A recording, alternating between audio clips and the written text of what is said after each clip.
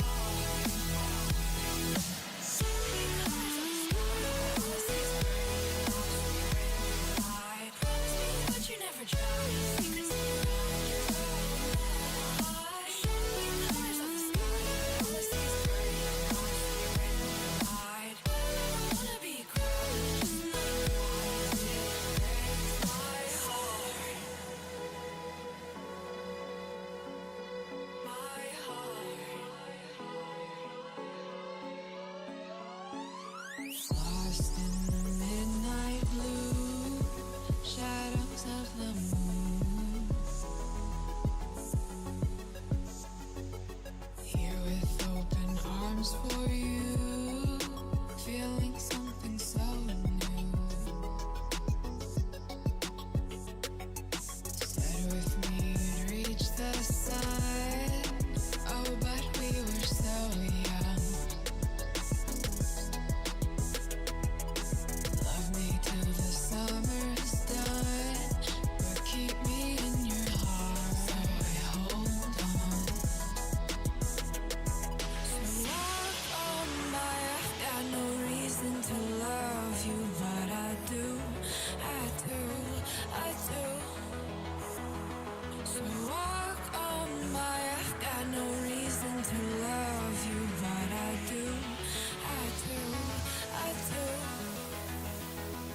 Show me colors of the sky, but all I see is gray. You lost me when you lied. Promise me, but you never tried. Secrets in your eyes. You go and run, I'll hide. Show me colors of the sky, but all I see is gray. You lost me when you lied. I don't ever wanna be crowned, just another prize. It breaks my heart. Colors of the sky, breaks my heart. All I see is colors of the sky, but all I see is colors of the sky.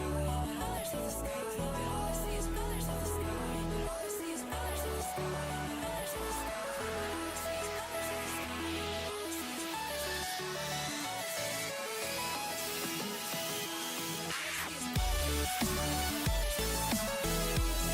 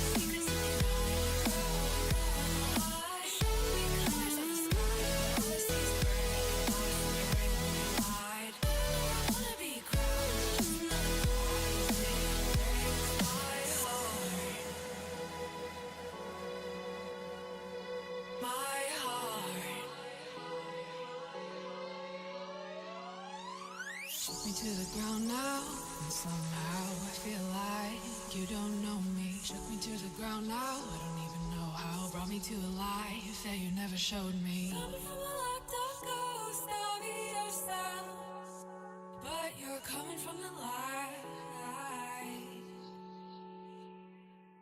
There's more to you than you ever thought there was. Yeah, you're coming from the light.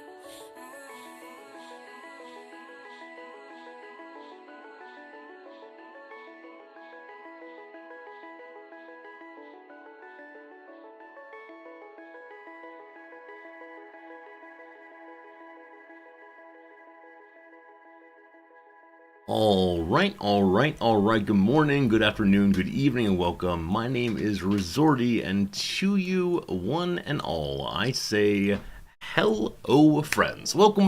How's it going? It's a lovely day. It's a Saturday morning here where I am. Probably still a little bit Friday-esque for you, wherever you happen to be, but hopefully your weekend is looking good ahead. Hopefully you're feeling good ahead, and everything else is turning up roses. That's right. Hopefully the beautiful blossomy part, not the thorny part down below. We say hello now to Slivers. Welcome in, Slivers. We say hello now to, well, Noms. Hello, Noms. I'm quite impressed today. So Noms is, of course, the star of the show on Saturdays. Ta-da, that's great. We talked before I started the stream saying, hey, are you going to stream today? She said, yay, I'll be there. And then I started stream, and the countdown went by, starting at 7 minutes, down to 6, to 4, to 3, etc. And I was like, oh man, Nam's not going to be here. I'm going to have to vamp. I'm going to have to fill time. And then with 13 seconds left on the clock, Noms comes into the room. That's an amazing sense of timeliness. I'm quite impressed, actually. Well done. Yeah. I like making an entrance. Making an entrance, indeed. I mean, previously you would see. Are we eating on stream today? No. Okay. No one can see it. Cool. Previously, you would come in singing the Star Spangled Banner as a way of making an entrance. But this one's good too. Anyway, hello to you, Slivers and History Teacher Steve. Welcome. Happy weekend, my friends. Hello, George. Hello, Chubb. Hello, Elsdale. How we doing, Putzaroo? Dogs, welcome back, my friend. Welcome, Jonah. I hope things are good for you. Noms had some question for you. I can't remember what it is, but good seeing you, Jonah. No, it was one I already asked. Oh, okay, very good. Hello to Mike. How's it going today, Dogberry? Hello to Thula.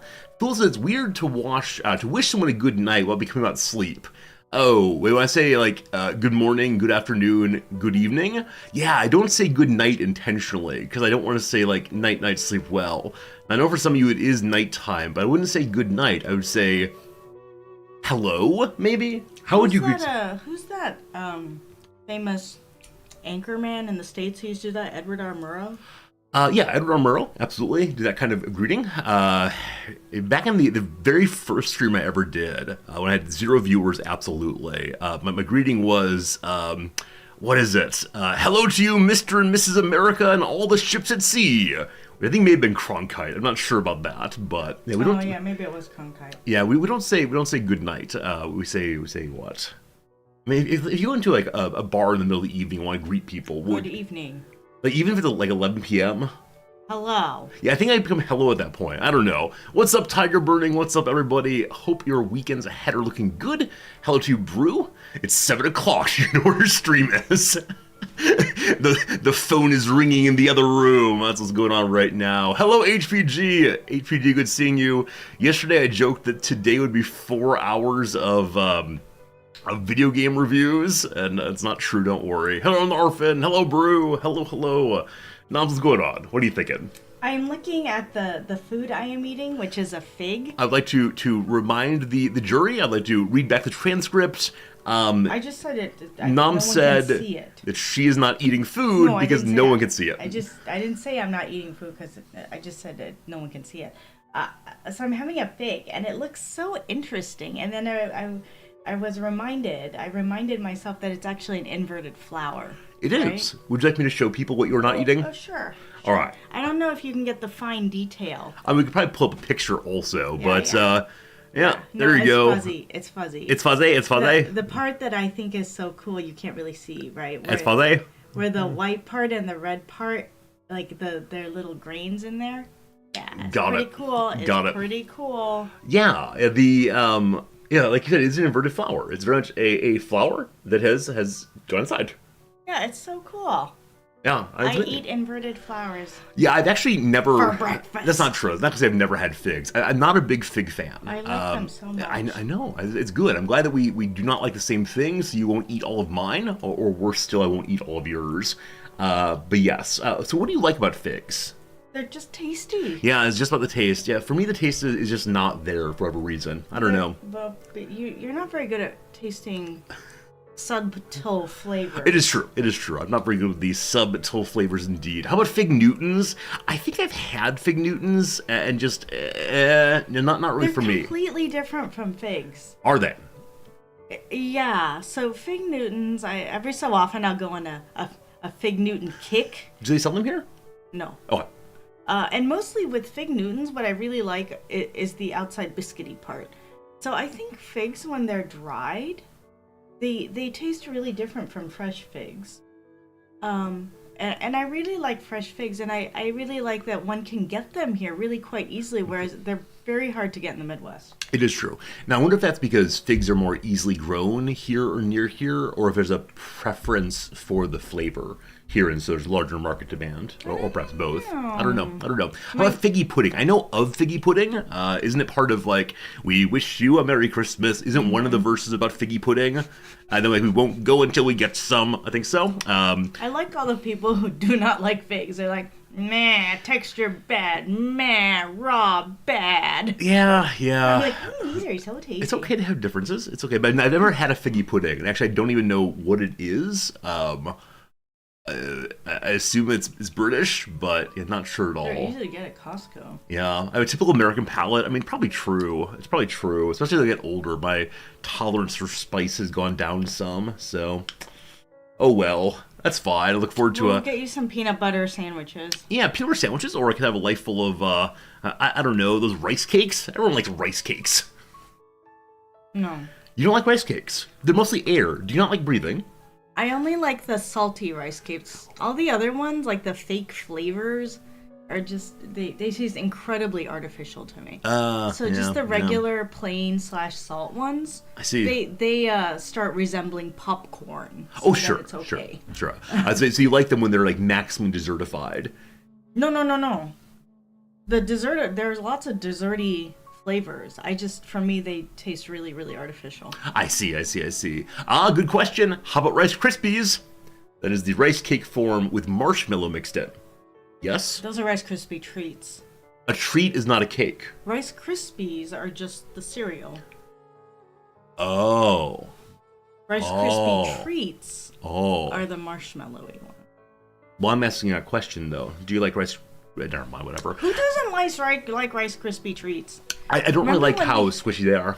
I don't really? like squishy. Yeah, I mean, it's fine. We But... bought them in the States, and you sure liked them then. Yeah, they're very... Okay, let's not talk about my bad eating habits. Anyway, hello, folks. What's up with you all? What you got going for the weekend? What's ahead for you? Because for me... We got some football going.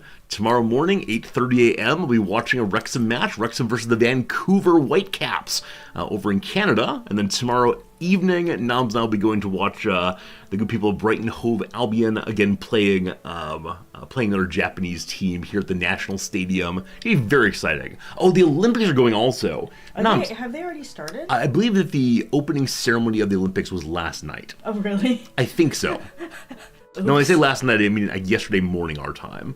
Yeah, because they're in Paris, right? They're in Paris, yes. Will you be watching the Olympics? I'm usually not a big Summer Olympics fan. Growing up, I was always a Winter Olympics kid. So I think I remember that your favorite of the sports is figure skating. Oh, yeah. What do you love about figure skating so much? It's music. I like music. Is that really primarily, like, if you watched it with your eyes shut, would you, especially enjoy it? Maybe. It's okay. Or is it the movement also? With my eye, when I watched it with my eyes shut. I don't know. I haven't really thought about it. Okay. You just like the movement and dance and sound together. Yeah, maybe. Yeah. But I also like, I really like luge. That's a good one to watch. Is it only the luge, or will you go for the bobsled and the skeleton as well? Yeah, oh yeah. Great. Those are nice too. I also like watching like alpine skiing. That's lovely. That's a Okay. nice sport to watch. One of the Also the curling. curling So is a good this one. sounds like you're just listing all of the sports. Is there any winter sport that you're not a fan of? I mean, ski jump's kind of dull. Ski jump's dull. Okay, okay. I would still watch it, but it's a little. I'm always dull. amazed at how far they go, though. Right? That's the point, yeah. Okay, I feel bad about myself now. Jonah, it's good seeing you. You're excited for men's basketball this year. The U.S. team is very good. See, I don't know. I always feel like the U.S. has an unfair advantage in basketball. I don't know how regularly the U.S. Men's team wins or loses these things, but back in the one moment I'm speaking, back in the 1990s, the U.S. had the Dream Team. The Dream exactly. Team. What I don't understand here is, I thought the whole deal with like Olympics was amateurs are doing their amateur Yeah. thing. Yeah. When you get like Michael Jordan going Yeah. over and dunking on people, this is not the same thing. Yeah. So I don't know. Is there a carve out for basketball? Yeah, I mean, was let- trying to figure out please. why NBA. Oh, now I get to talk. I was trying to figure out why NBA people get to play, right? Like, is LeBron James playing on the Olympic team or something? I believe he is. I believe he's actually like the flag bearer. This guy this year. Yeah. Actually, I want to know why that is, frankly. And that So is Shohei Ohtani playing for Japanese baseball. yeah, I really don't know. I don't know. Yeah. I mean, so how do we look this up? So Why does it Olympics. say stuff about World of Warcraft? No reason. Basketball, professional. Basketball at the Summer Olympics. No, it's not quite it. In 1982, they changed the rules. Oh, it was only a U.S. restriction. Professional basketball was played for other teams. Oh, So that was like not fair. yeah. So, Because only the U.S. NBA people couldn't play. okay, yeah. I guess I had like a super American understanding of these things, where I assumed that it was. Yeah, I assumed it was that the whole celebration of amateur sport as opposed to all sport. But okay. No, that I thought that was true because I thought, I think in the world of figure skating, once people went pro, they didn't let them play in the Olympics. The one firm rule that always governed the Olympic Games was that amateur athlete permitted competed. Professional athletes not allowed. But what Jim I Thorpe. mean, what's amateur anymore anyway? Like, just because someone doesn't have a signed contract, but otherwise, maybe they are 100% supported by the government, and maybe. I think the line for amateur is very hard to draw these days. Here, let me help you. Professional definition. Amateur means not relating to a related profession. I assume it is a very hard line, See number 2. and that might be why exactly they cut off that rule, because, like you said, if it was originally supposed to be just people who did these as hobbies, people who ran on the weekends after working the factory all week, and then it became people who are paid by the state to train, then why not just have professionals as well? Yeah, I read this book about the Ekiden teams in Japan, which are these relay races. And I learned that many companies employ people, right? Like a lot of companies have like their Ekiden team or their baseball team, right? And they play against each other. But in Japan, there are these large corporations that employ people, and like you can run on the Ekiden team for fun. Like I know a guy at work who still runs for the team for a company that he used to work at. I don't know how that works anymore, but then I also learned that some of the biggest employers, like Rico and stuff, they employ people who don't work. Yep. They're paid just to run Yep. for the company relay team. Yeah, you said that some Japanese companies are importing Kenyans, correct? Yes. Yeah, and the Kenyans do Who not don't know Japanese. Yeah, they don't do any particular They job. just hire them right out of college. Instead, they just run. Yeah, I don't exactly understand work sports culture here. Well, Ekiden's a big deal. Yeah, I don't understand why. Like, I don't understand. I understand like why a race would be a big deal. I find it very interesting why people would be like really into, having relationship with their work colleagues outside of just doing jobs. I get that, but I don't understand hiring on people Yeah. just to play a sport. Yeah. So that's how it Yeah. goes. Flag football, now an Olympic sport, is really tiger burning. I've played flag football. It's one of the few sports I've played much of, and I broke my middle finger playing it, but it was a great time anyway. The Flossie graduate program had a weekly or bi-weekly flag football match. Many of us hurt ourselves, but it was a lovely time. So what are the other new sports this year? That's what I was wondering, because doesn't the host country get to add like one or two every... Oh, is that true? I thought that's why certain things made it into the Olympics, was because Japan added some sports that it was particularly good at. Is it breakdancing? It looks like it now, doesn't it? Yeah, the newest sport is breakdancing. So I don't know what makes a good breakdance versus a bad breakdance, other than that you don't fall over. I'm sure there are tricks that you do, right? Just like skateboarding. I see. Each day competition will last for about 5 hours, led by an MC with music played randomly by a DJ. Oh. So it's not like a pre-prepared program, a la figure skating, but instead you got some music, work with it.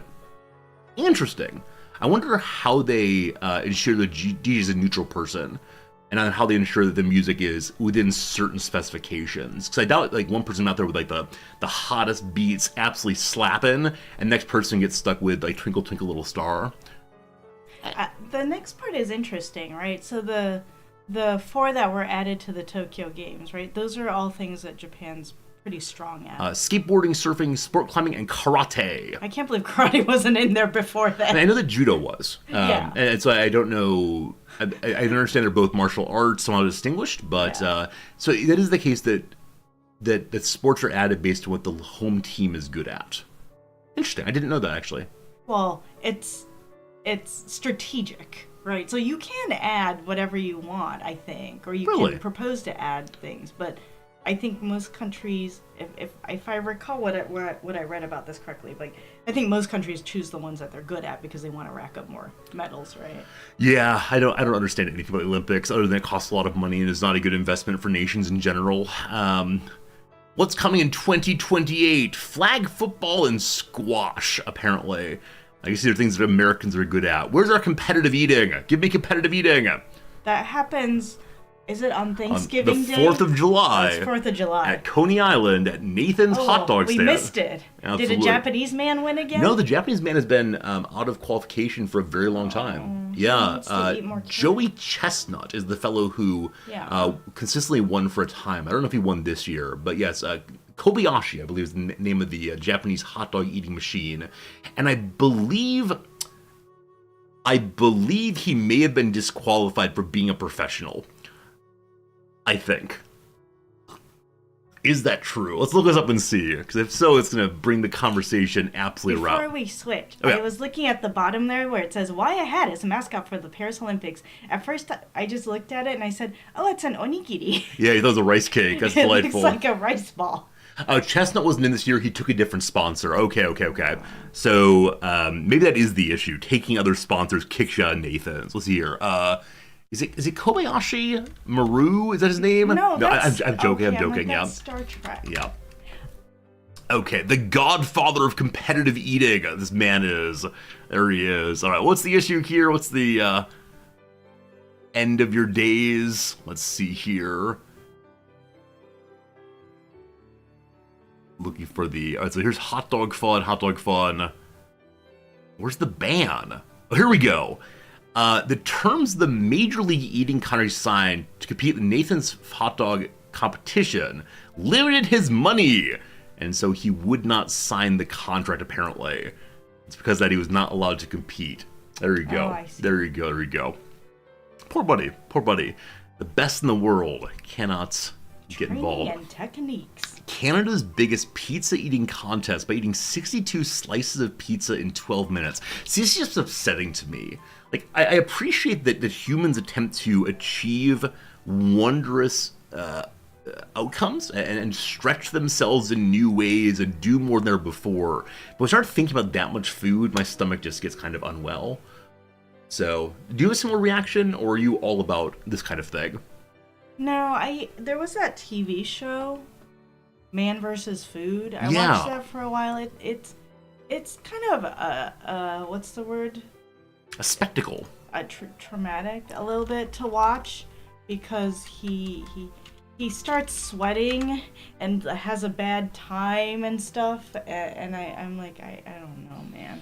Why is Snoop Dogg carrying it? Oh. Yeah, apparently Snoop Dogg carried the Olympic torch this time around. Just for a stretch, right? Yeah. Yeah, So, like lots of people carry it. absolutely. Because the flag goes around the world, right? It starts in Athens and then works its way to the game site. But I don't believe it goes to the nearest route. I think it goes all the way around the world, maybe. Poor Snoop Dogg looks old, man. I mean, Snoop Dogg is an old man. That is the fact.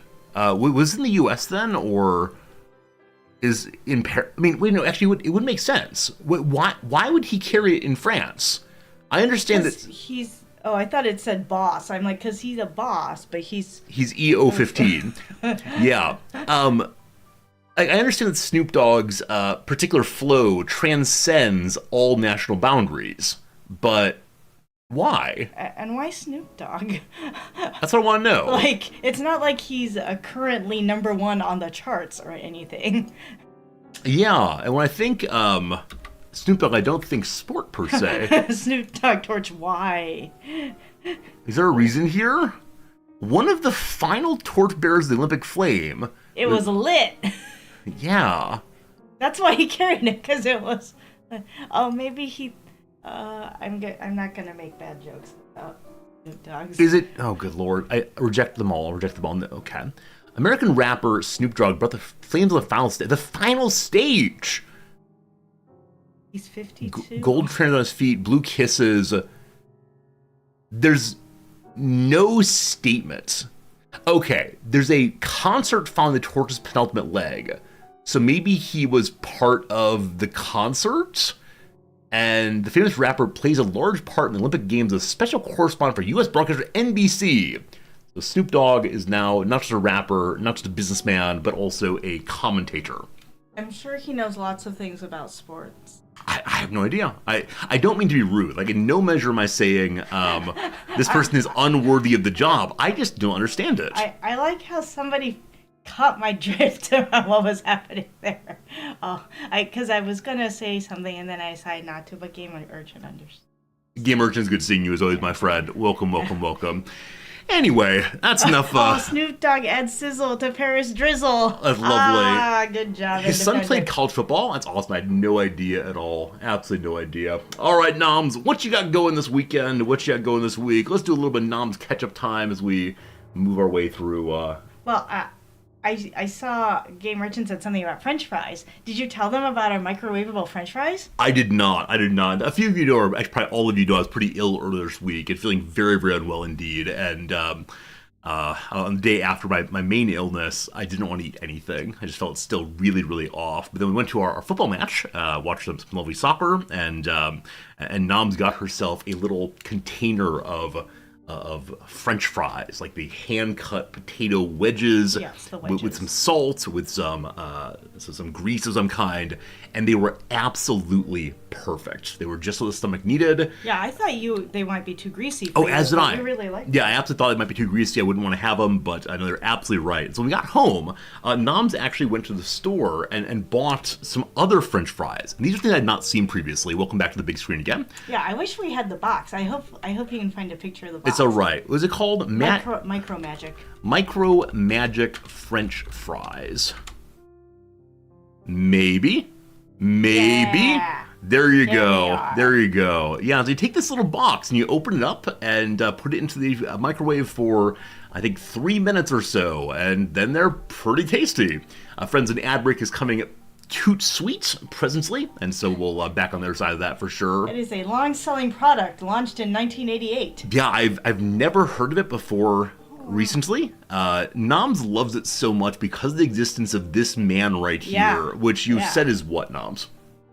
He's Mr. Peanut. Right, he's an absolute ripoff of Mr. Peanuts, though he's a magician. He's not a dandy. Yeah, he doesn't have a monocle, and his True. head is a little bit shorter.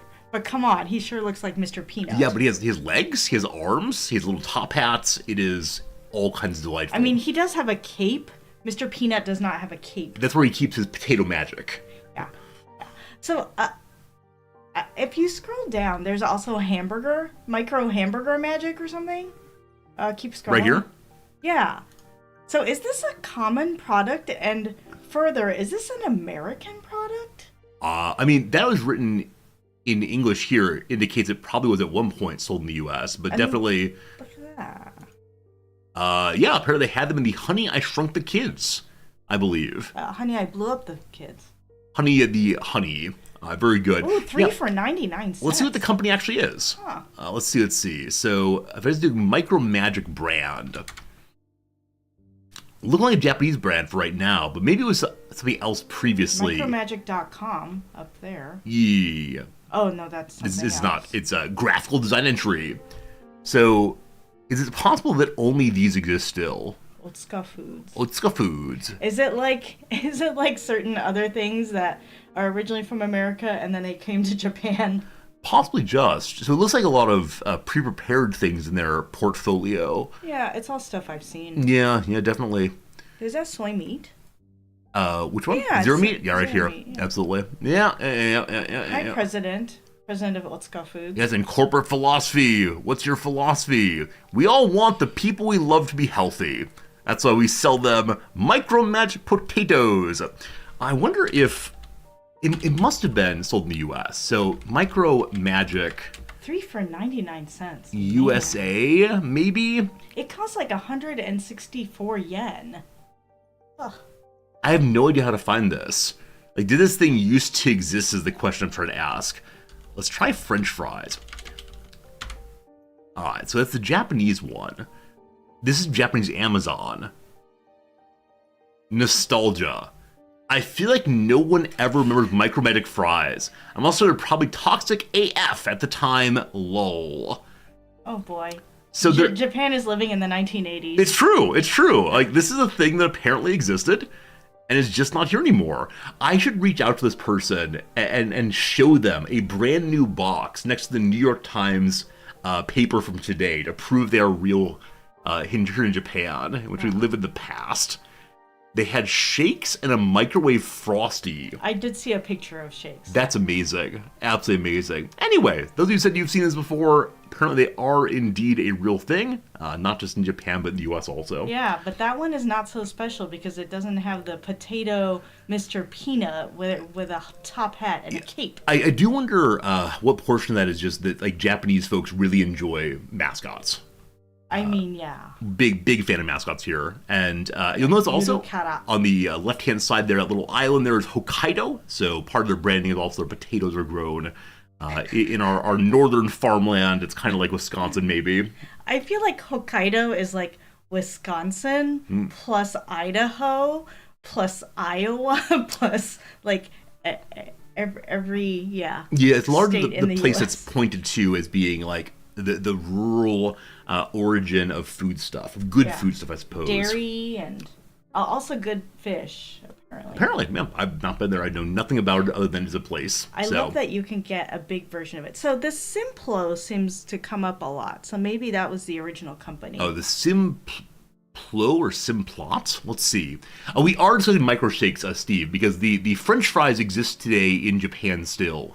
I think everything else might be gone now. So... let's see. I mean, that people on Reddit were saying it's nostalgic. Suggests it does not exist anymore. In 1988, apparently, was something about this. Remember this? I'm not stalking you.com. In 2013, someone was like... Already reminiscing about old products. Yeah. I don't think I ever knew of these. I don't think we ever had them at home. Oh! All right. So, they're showing here they are the Japanese...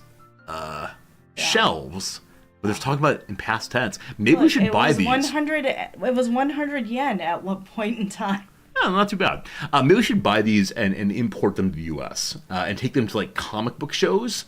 They're frozen. One moment, and spend let people experience the nostalgia. You know, put them in like what is it? What's that very cold stuff? Dry ice, and ship them across the ocean. And then make sure that people get to enjoy these. We should sell them for $8.99 a box. That's good. Love it. Hello, Ben Hur. Am I better compared to yesterday? Yes. I believe I'm 100% health again today after probably 2 or 3 days of being at fairly low condition. How do you microwave a milkshake?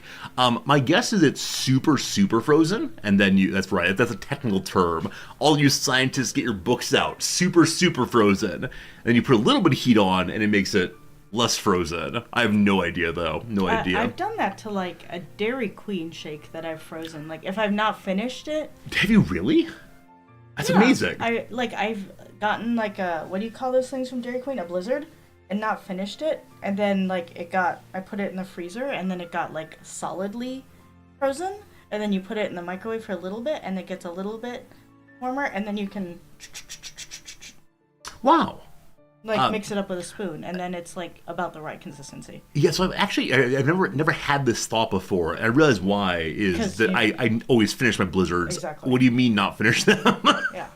Are the French fries frozen? The French fries are kind of frozen, yeah, kind of frozen. I can go buy some more and like show you how these things work, but or so they feel like, or tell you they feel like, I suppose. Yeah, but, what's interesting is so with Hot Pockets, there's like a little inside the cardboard, there seems to be some sort of additional thing to try to help make the Hot Pocket you mean cook the better. reflector sleeve? Yes, but it's not actually a reflector because like that doesn't work in the microwave, right? But doesn't it have it's like silvery though? Yeah, it's like gray or something. Yeah. So I thought our fries might have that, but they don't. It's just a cardboard box. Yeah, plain cardboard box, plain white. Yeah, I wonder if that reflector screen does anything. 'Cause like you said, I'm starting to wonder. it's not metallic. No. So I don't know. Yes, No, because you can't put metallic things in the microwave. Whereas I know it's not metallic, but does it share something in common by being a particular color? Because I know like different colors of paint will more and less reflect heat based on blah blah blah light waves, etc. Science. I think it's probably just cardboard, and we're supposed to think it does something. Hot Pockets in the U.S. recently got rid of the sleeve. What? For the Because sake you of don't- profitability, they're ruining my childhood. You don't actually need it. Steve Nom does like Jim Gaffigan's humor very, very much. I myself can take it or leave it. It's But more just that. It. is it really just that one skit? No? It's the Hot Pocket / by Menon, like the jingle. I see. Yeah. Oh, someone said Renza's. I think you'd made the joke for me. You'd done the Hot Pocket voice thing in conversation. I had no idea what you were referring to. And I was like, oh, that's okay. That's funny. That's a cute little voice. And you said, no. It's just Jim Gaffigan routine. And you put it on for me. And I didn't find it funny. It's dad humor. Yeah. And I'm not a dad. It's luckily dad humor is not anything I'd ever use. So I don't know. I just didn't quite get it, but I do enjoy that you sing that little voice anyway. I like that you and I have that connection. No. The other thing I like about Jim Gaffigan, the other joke of his that I like is when he uses that voice and then refers to the voice. It's his like self meta commentary, but then he does a meta commentary on his meta commentary voice. That's nice. It's nice. Cool. I know that you like meta things very much. You like self-reference. You're a big fan of the work that evaluates itself in the process. This is true, correct? Yeah, that's Okay, what very he's good. doing with that little voice. Yeah. I wonder. I know a lot of comedians do this implicitly. Like the callback joke is the remember this thing that was there, it now has a new context. But it seems that Gaffigan does it much more explicitly, saying, I am now asking myself the question of why am I doing this thing while I am doing it, but of course not really asking a thing because I'm doing it for your presentational humor here. Mm-hmm. And I don't know. I mean, I do the same thing on stream sometimes, right? It's like, why did I make that joke? I always sincerely mean that, but also ask the question, I think it'd be funny to ask the question. Is it ever? Probably not. Yeah, But, he has the meta commentary voice, which you just accept as an audience member, and then maybe about halfway through, he acknowledges that it is a weird voice. I see. Is he someone whose show you'd like to see? Like if It it's... depends how much it costs. I see. Okay. What is the price at which Jim Gaffigan becomes uninteresting to you based on price alone? It's hard to say because it depends also what he's doing. Because I've been... He's standing on the stage and talking. No, his more recent material I've tried to listen to, and I found it less funny. Ah, I see. You liked him back before he was big. He was big. Hot Pocket. He was big at Hot Pockets. No, I know. We had a conversation yesterday, though, about a singer who I thought you liked quite a bit. I do. And you said just nothing after 2006, thank you. Yeah. So she apparently has fallen off, unfortunately. Or I've just gotten old. Right. It's possible. It's possible. You've grown out of all of your earlier interests. She's gotten old. I've gotten old. We used to be friends. Dogberry referred to Renzas. Yeah. Talk about Runzas? You can if you want to. There was one time where we had Runzas that we really liked, and then they never sold them to us again. Runza is a Midwestern restaurant. I think it began Restaurant. Wait, is it not a restaurant? Oh, are you joking? The food's low quality. I mean, I think it's funny to call a fast food joint a restaurant. I mean, I'm not saying it's fine dining, but I think it is, like, they have so. chairs inside. Yeah. I think of restaurant as a place where they take your order and bring you your food. If you have to stand on a line to order your food and they give it to you on a tray, I don't know that I would classify that a restaurant. So, of the... It's a workerant, as some commercial says. So, of the Midwestern places to buy hamburgers, there's one called Culver's. And in Culver's, you stand in a line and you order your food, and then they bring the food to your table. Is Culver's then definitionally a restaurant? I mean, I call it fast food. So when you say fast food, you don't mean fast food restaurant. Would you call it like a fast food store? Fast food joint? Fast food joint, okay. Assume that I am a non-native English speaker who understands joint as being either marijuana or like a connection of the elbow. So what would you say to those people? I mean, okay, in that case, yes, technically it is a class of restaurant. I would like to point out, technically is where the philosopher lives. Or maybe it's a dining establishment. I see. See, that sounds fancier to me than restaurant. Yeah, I think so. Yeah, I can't imagine going to like some greasy spoon diner and saying, what a fine dining establishment this is. Right, I could easily say this is a restaurant. Anyway, Runza. Runza is this Midwestern fast food joint. Fast food dining establishment. Yeah, that has like one particular dish for which they're well known. It is called the Runza. And the Runza is a... When I was growing up, they served these as for school lunches, but they couldn't call them Runzas because that's a trademark name, so they called them the Nebraska bun. Yeah, it seems fair. And so they are sealed in entirely, right? So it's not that they have this like end cut off. Yeah. When it's served, so it's breaded over entirely, and then you get to bite into the warm deliciousness. It is kind of like a Hot Pocket. It's not crispy. It's not good. It's not crispy. It is more like a hamburger bun in some measure. I believe it's called a pierogi. A pierogi? Traditionally, and we've actually had one here. I accidentally bought one from the boulangerie. Because I was like, what's this? This looks tasty or something, and I brought it home, and I was like, oh, it's a Runza with meat in it. And then I remembered, I like the next time I saw it in the boulangerie, I read the sign and it said pierogi. I think maybe I thought it was It didn't say the Nebraska bun? Or Runza? No. Unfortunately. Yeah. I think that's it's a traditional Polish baked I see. Pierogi feel very similar in cognate, so I don't know if they're actually similar enough. Like both of them are filled in some measure. Yeah, filled pastries or something. Yeah, I don't know. Yeah. But like Runza has some absolutely delightful specials. The most notable one. Yeah. Temperature Tuesday. Because of course in the Midwest it gets very, very cold and pretty awful, and yet people have to go out of their houses and do work and so on. And so to inspire the masses, on Tuesdays during the winter months, they take money off the price of the Runza based on how cold it is. Is it how many degrees below zero, or? It's the price of a Runza is how many degrees it is at like 7 a.m. or something. There we go. So if it's at 0, this is Fahrenheit, not Celsius, so 0 is pretty darn cold indeed, then they'll give away the runzas for free. But you have to buy a fries and drink. Have to buy a fries and drink, though. Have to buy a fries and drink still, though. So they are still pulling in some money, but the sandwich itself is free. Mm-hmm. And is it the case that if it goes below 0, they continue taking off money, or I don't think so. They give you money back? you're hoping for a once in a lifetime, because we're all dead afterwards, cataclysmic event, so you can get money. Who knows? Anyway, yeah, it's a nice little treat they do. And so for a while there, while we're living in Nebraska, they had vegetarian runzas. Mm-hmm. I don't recall what was the filling, or what the filling was. You know?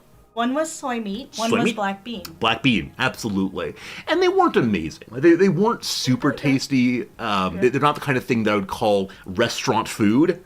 But they were free. They were free. And that was such a nice thing. We got to be part of the community conversation. Because on those days, on Temperature Tuesday, people would post on Facebook and in common conversation say, hey, have you been to the Runza yet to get yourself a free sandwich? And we said, yes, we have. And then they took them away. Then they stopped selling them. Because apparently in rural Nebraska, vegetarian things are not very popular. I went ahead, though, and used the power of the crowd and reached out to Runza corporates and said, hello, I like those sandwiches very much. If you ever consider bringing them back, I sure would like it. And they said something like, it's not going to happen. It's like permanently I don't remember exactly what they said, but it seemed pretty definitive that there was a one-time trial. They're never doing it again. So that's how it goes, They probably lost too much money. Yeah, I mean, especially in rural Nebraska, there's a tremendous amount of manhood just is meat, to the point that you said that at some meetings at the university, if meat was not served with a meal, the men would complain about it. Yeah, there were a few of my male colleagues would, yes, complain about it. Yeah, which I don't quite get. Like, even when I was a regular meat eater, there were lots of meals I'd eat with no meat, and it was really no big thing at all. And yeah, but for them it seemed like steak or bust. Yeah, our president was a woman, so that probably was part of it. But and she was also trying to eat healthy herself and encourage healthy eating. So some days she would have a salad for everybody. Yeah, and that was just not okay. They also did frings. Oh, that's right. So the two other things that Runza has, frings indeed. It's up at the top. See? Up at the top, yes, exactly. So you can buy, instead of two separate French fries and onion rings, you can say, I'll have the frings, and they'll give you both inside of one nice container. It's hard to order through the drive-thru, though. Right, because you have to pronounce it very, very carefully, or else they'll just give you onion rings. So you're like, I'd like frings.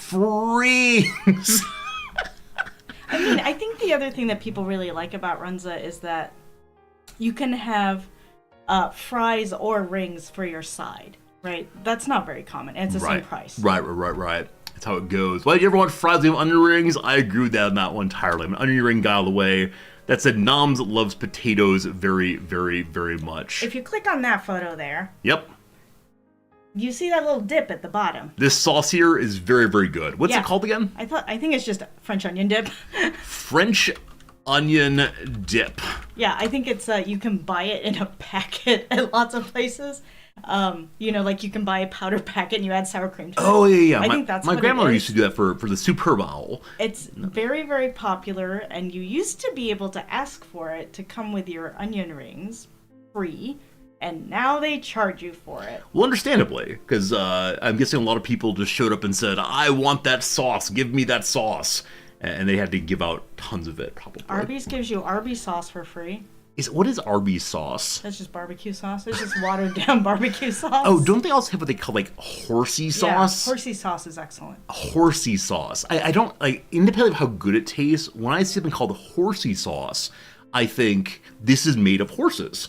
And it's even if it's not, and I know it's not, it's still a repulsive thought that completely turns me off of consuming the thing. It's horseradish. It's horseradish. Well, that makes sense, I guess. One last thing about Runza before the sponsored portion of the stream ends today. The other thing they have, which is also a Nebraska special, is during the winter, they sell... That's not how you do that. So they sell this combo of chili and cinnamon rolls. I don't know if this is popular throughout the Midwest. It is not popular in Chicago, at least. Oh, really? Yeah, definitely did not grow up with this at all. But it's a combo of a cinnamon roll and a bowl of chili. And I don't know why, but I also don't know why not. It's salty and sweet together. It's true. Salty sealed rest. It's not a thing in Minnesota. In Cincinnati, you put cinnamon roll directly in the chili. Interesting. Do you put it in your Cincinnati chili? What is Cincinnati chili? Cincinnati chili is a little bit different, and they put it on top of spaghetti. There's a fast food joint that does this. It's called Skyline. So, real quick, if I went to a Cincinnati and someone invited me over for dinner and they said, Resorty, what would you like for dinner? I said, I'd like some chili, please. Would they give me a bowl of spaghetti? That I don't know. It's like, Detroit pizza. Like, I think there's Cincinnati chili. Interesting. And they're different. Like Boston clam chowder. There are different kinds of what do they call it? Different kinds of ribs also. Like, do you put vinegar in or mustard in your rib sauce and so on? Like Kansas City versus Carolina. Absolutely. Okay, so you would not get spaghetti, chili's a separate thing. You don't put the cinnamon roll in, just cinnamon. Okay, I understand now. So cinnamon in your chili. I haven't had chili in a very long time. That's because it usually is meaty. It's usually pretty meaty indeed, but I can imagine cinnamon being pretty tasty in that. I'm a big fan of cinnamon, so all good. I'm always interested in regional food pairings like these, where to the outsider, one would have never thought of putting these together, but it's such a common sense way of doing things. Where these people are from. So I mentioned before that I have a friend who does apple pie with milk and cheese on top of it. Yeah, and sugar also. It's milk, cheddar cheese, and sugar. There you go. Redbeard's comment reminded me of my boss who went to a little Japanese grandma's house many years ago, and she was like, "Oh, you like spaghetti? Let me serve you spaghetti. Oh, I don't have pasta. Let me serve you udon with a bunch of ketchup on it." See, that's nice. I like this story. I like the idea of someone who's from a radically different culture trying their best to make the thing that you like. And so yes, udon, which is Japanese noodles with ketchup on top of it, that's close enough to spaghetti. He felt so bad that he felt bad that she made it, so he ate all of it. Yeah. Ketchup is it's a condiment that's used here in ways not like in the U.S. I mean, it's used with fries, of course, and so on. But it's also put into eggs regularly, and into rice. Yeah, rice regularly also. It's one of these condiments that came in after the Second World War that the Japanese just can't get enough of. It's sugary, of course. Mayonnaise is the other one. I showed you all a chart maybe a year back in which they showed the relative consumption of soy sauce and mayonnaise in Japan since the 1950s. And soy sauce has gradually been going down, and mayonnaise going up. And it looks like the next 10 years or so, they're definitely splitting, or definitely inverting, where there'll be more mayonnaise consumption than soy sauce consumption in in Japanese Japan. people are going to head straight toward fatty fatville. I mean, I think it's still one of the nations with lowest obesity rates in the world, but there has been some concern. But I think that's the thing, right? As the Western diet impinges more on these kind of countries with a more traditional diet, the health gets worse and worse, right? Yeah, I mean, that said, I can easily imagine that Japan has no problems at all with having restrictive food laws. You remember, like, back in the 1990s, I think, early 2000s, New York City put forward a ban on overly large sizes of soda. Oh, yeah, that was on Parks and Rec. Was it? Yeah, it's Michael Bloomberg's idea, I believe, and people went nuts. How dare you restrict my freedom to get a giant bucket of Coca-Cola if I want it? And the New York City mayor's office came out with all the studies about how much that sugary drinks are horrible for you, and it's for the kids, et cetera, et cetera. It did not matter. People would not be convinced. In Japan, it's not clear the government would care. the government would just say, no, you're not allowed to do that. And people go, okay, fine. So Yeah. I suspect that because of the nationalized health insurance, the way it's handled here, that if the government sees substantial health outcomes changing, then they would just start restricting foods that are allowed here. Yeah. Yeah, Japan is all about preventative whatever, right? Preventative medicine, I mean, which is the case probably in many other domains. You said previously that in Japanese workplaces, they're so very slow compared to American perspectives because they're always trying to think out and talk through every possible outcome as a way of making sure that nothing goes bad down the line. Dogbear, you are absolutely right that the Japanese population does not have quite the obsession with freedom that Americans do, at least in the way that they talk. When I teach John Locke in my philosophy classes, Locke's the big autonomy, freedom, liberty guy. My Japanese students just don't get it. They're like, you can have freedom through law.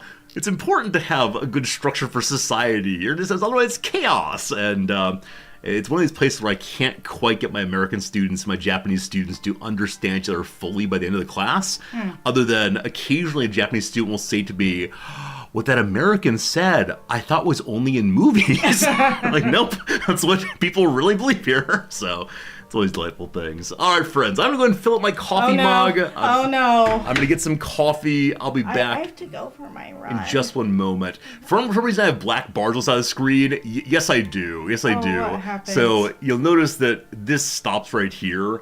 The reason why is if the camera is not cropped, you're able to see the outer edges of the green screen. Ideally, I would have a little bit less space, I think, or a larger green screen that you would not need to crop down the camera. This is the only image in which you notice it, and usually I stand at the middle so you don't catch it happening. Except your little fingers. Yeah, it's only on a day like today where you can see I'm cut off before the edge of the screen there. This is an artifact of the size of the room I'm in, and I haven't found any way to fix it at this point. That's right, because in our previous room, we just painted the entire wall this color. That was amazing. I was so lucky to have an entire stream room. That was a big room. That was a dumb house. It was the two of us in a 5-bedroom house. It was absolutely idiotic, but houses were very, very inexpensive there, and it was the only one you could find that was not needing huge repairs. Move-in ready. Yeah, move-in ready when you moved in. And so, sure, we each have our own office, and we have a stream room all by itself. And we had a guest room that was never used because no one ever came to visit us. Yeah, it was a very, very silly house. So I was glad that when we sold and moved out, the people who were moving in had more than 2 people in their family. And we're going to use the bedrooms as bedrooms. I think they were 2 people. They were quickly expecting a third they're person. Producing children and so on, that part of their life. So they would use the house. Where I think, for us, it was just an absolute ridiculous house to live in. Yeah, because the people from whom I bought it had 3 children. Exactly. It was a couple with 3 children. Absolutely. Anyway, if you want to talk about Japanese housing, that's a topic. Friends, if you have any questions about anything, feel free to talk to old Noms here. Old? Young Noms here, good old Noms here. I'll be back in about 3 minutes with coffee in hand, and then we'll play some Cataclismo. Finish that game up today. All right, very good. I wanted to tell you all about this dish called Neapolitan spaghetti, I believe. Also, you have to ask them a question if they can understand something. No, I'm not going to. Okay. Yeah. Ooh. Cyber Oracle has given a gift sub to Wizard 845. Oh, that's lovely. Thank you, Cyber Oracle. Oh yes, I was going to tell you all about Neapolitan spaghetti. That's right. Neapolitan things, for some reason, Neapolitan is a popular adjective or name for things. I don't know why. People like Naples. I don't know, Italy, something. There's another one. Let's see. Delarfin, yes, has subscribed. For 43 months. That's, oh boy. So 43 months divided by 12 is almost Oh boy, math on stream. It's over 3 years, right? It's like 3.5 years, which is a long time. 3.5 years. Yeah, 3.5 years ago we weren't here. So you've been subscribing since we were in the States? Thank you. Okay. Yes, math is hard when you have to do it on stream. Resorty has told me this because it's usually you think, oh yeah, math is easy, da da da da da. But then all these other numbers come into your head. Okay. Oh yeah, I was going to tell you all about Neapolitan pasta. So you come here and you go to like a Italian place and you look at all the spaghetti that is available, and they're like here's like a bolognese, which is meat sauce, or you can have pesto, which some places call genovese, and then there's this thing called Neapolitan, and I'm like, I've never had Neapolitan before. And then you look at it a little bit more, and it's ketchup. It's spaghetti with ketchup and wieners, like hot dog slices, right? A hot dog, and then you slice it into little, either little chunks or little discs, and it's in there. And then I realized I have had this. I had it all the time as a child, and it didn't really quite click until then that this is what my mother had been making the whole time when I was a child. Is you take spaghetti, you make spaghetti, and then you also saute some hot dogs, and you might chop up some onions and some green bell peppers and put them in there, and you saute, you add your little spaghetti in there, and then you put ketchup on it, and that's Neapolitan pasta. Yeah, so I think that's a particularly Japanese culinary invention. Yes. I think it is a crime against Italian cuisine. Is it good? I grew up with it, so I think of it as good, but only because I guess I'm very, very familiar with it. Yeah, it's decent. And then you can also get like fried rice, commonly with ketchup, instead of like, soy sauce or curry powder or whatever you might put in your fried rice. You can just add ketchup to it, and I grew up with that as well. Yeah. People from Napoli would kill anyone calling this spaghetti Napoli. It's something your mom used to make when there was very little time. You know what? It is a little bit like Chef Boyardee, come to think of it. Yeah, Chef Boyardee is another, I believe it's another Nebraska product. I think the company that makes it is from Omaha, I think. It might be ConAgra Foods, maybe? So there was a big hullabaloo a few years ago about a statue of Chef Boyardee that they were going to make in Omaha somewhere, and whether it should be like cartoony or whether it should be lifelike, realistic. I believe there was a real guy named Chef Boyardee who is the originator of Chef Boyardee Foods. But now I feel like this might have been an urban myth. Maybe there's not somebody named Chef Boyardee. Would let's look it up? Sure, let's All look right, up absolutely. Chef Boyardee. Hello again, friends. Back again. Thanks for keeping Mom's company while I was gone. Thank you. Oh, we had people. Hey, give Dellerfid, thank you for the subscriptions. continuing subscription. See results closer to me. Yeah, Yeah, this man named Ettore Boyardee. Boyardee. Boyardee. Oh yeah. There he is. Also, really thank is. you for Cyber Oracle for tuning the gift sub with Wizards. Wizards, good seeing you, my friend. Thank you for hanging out for sure. Oh, he's from Parma. Oh, he died in Parma, Ohio. Died in Parma. But there you go. His name is anglicized as Hector Boyardee. Ettore Boyardee. Yeah, he is the eponymous. If the man wears a hat saying Chef Boyardee, it's kind of on him that his name is being mispronounced.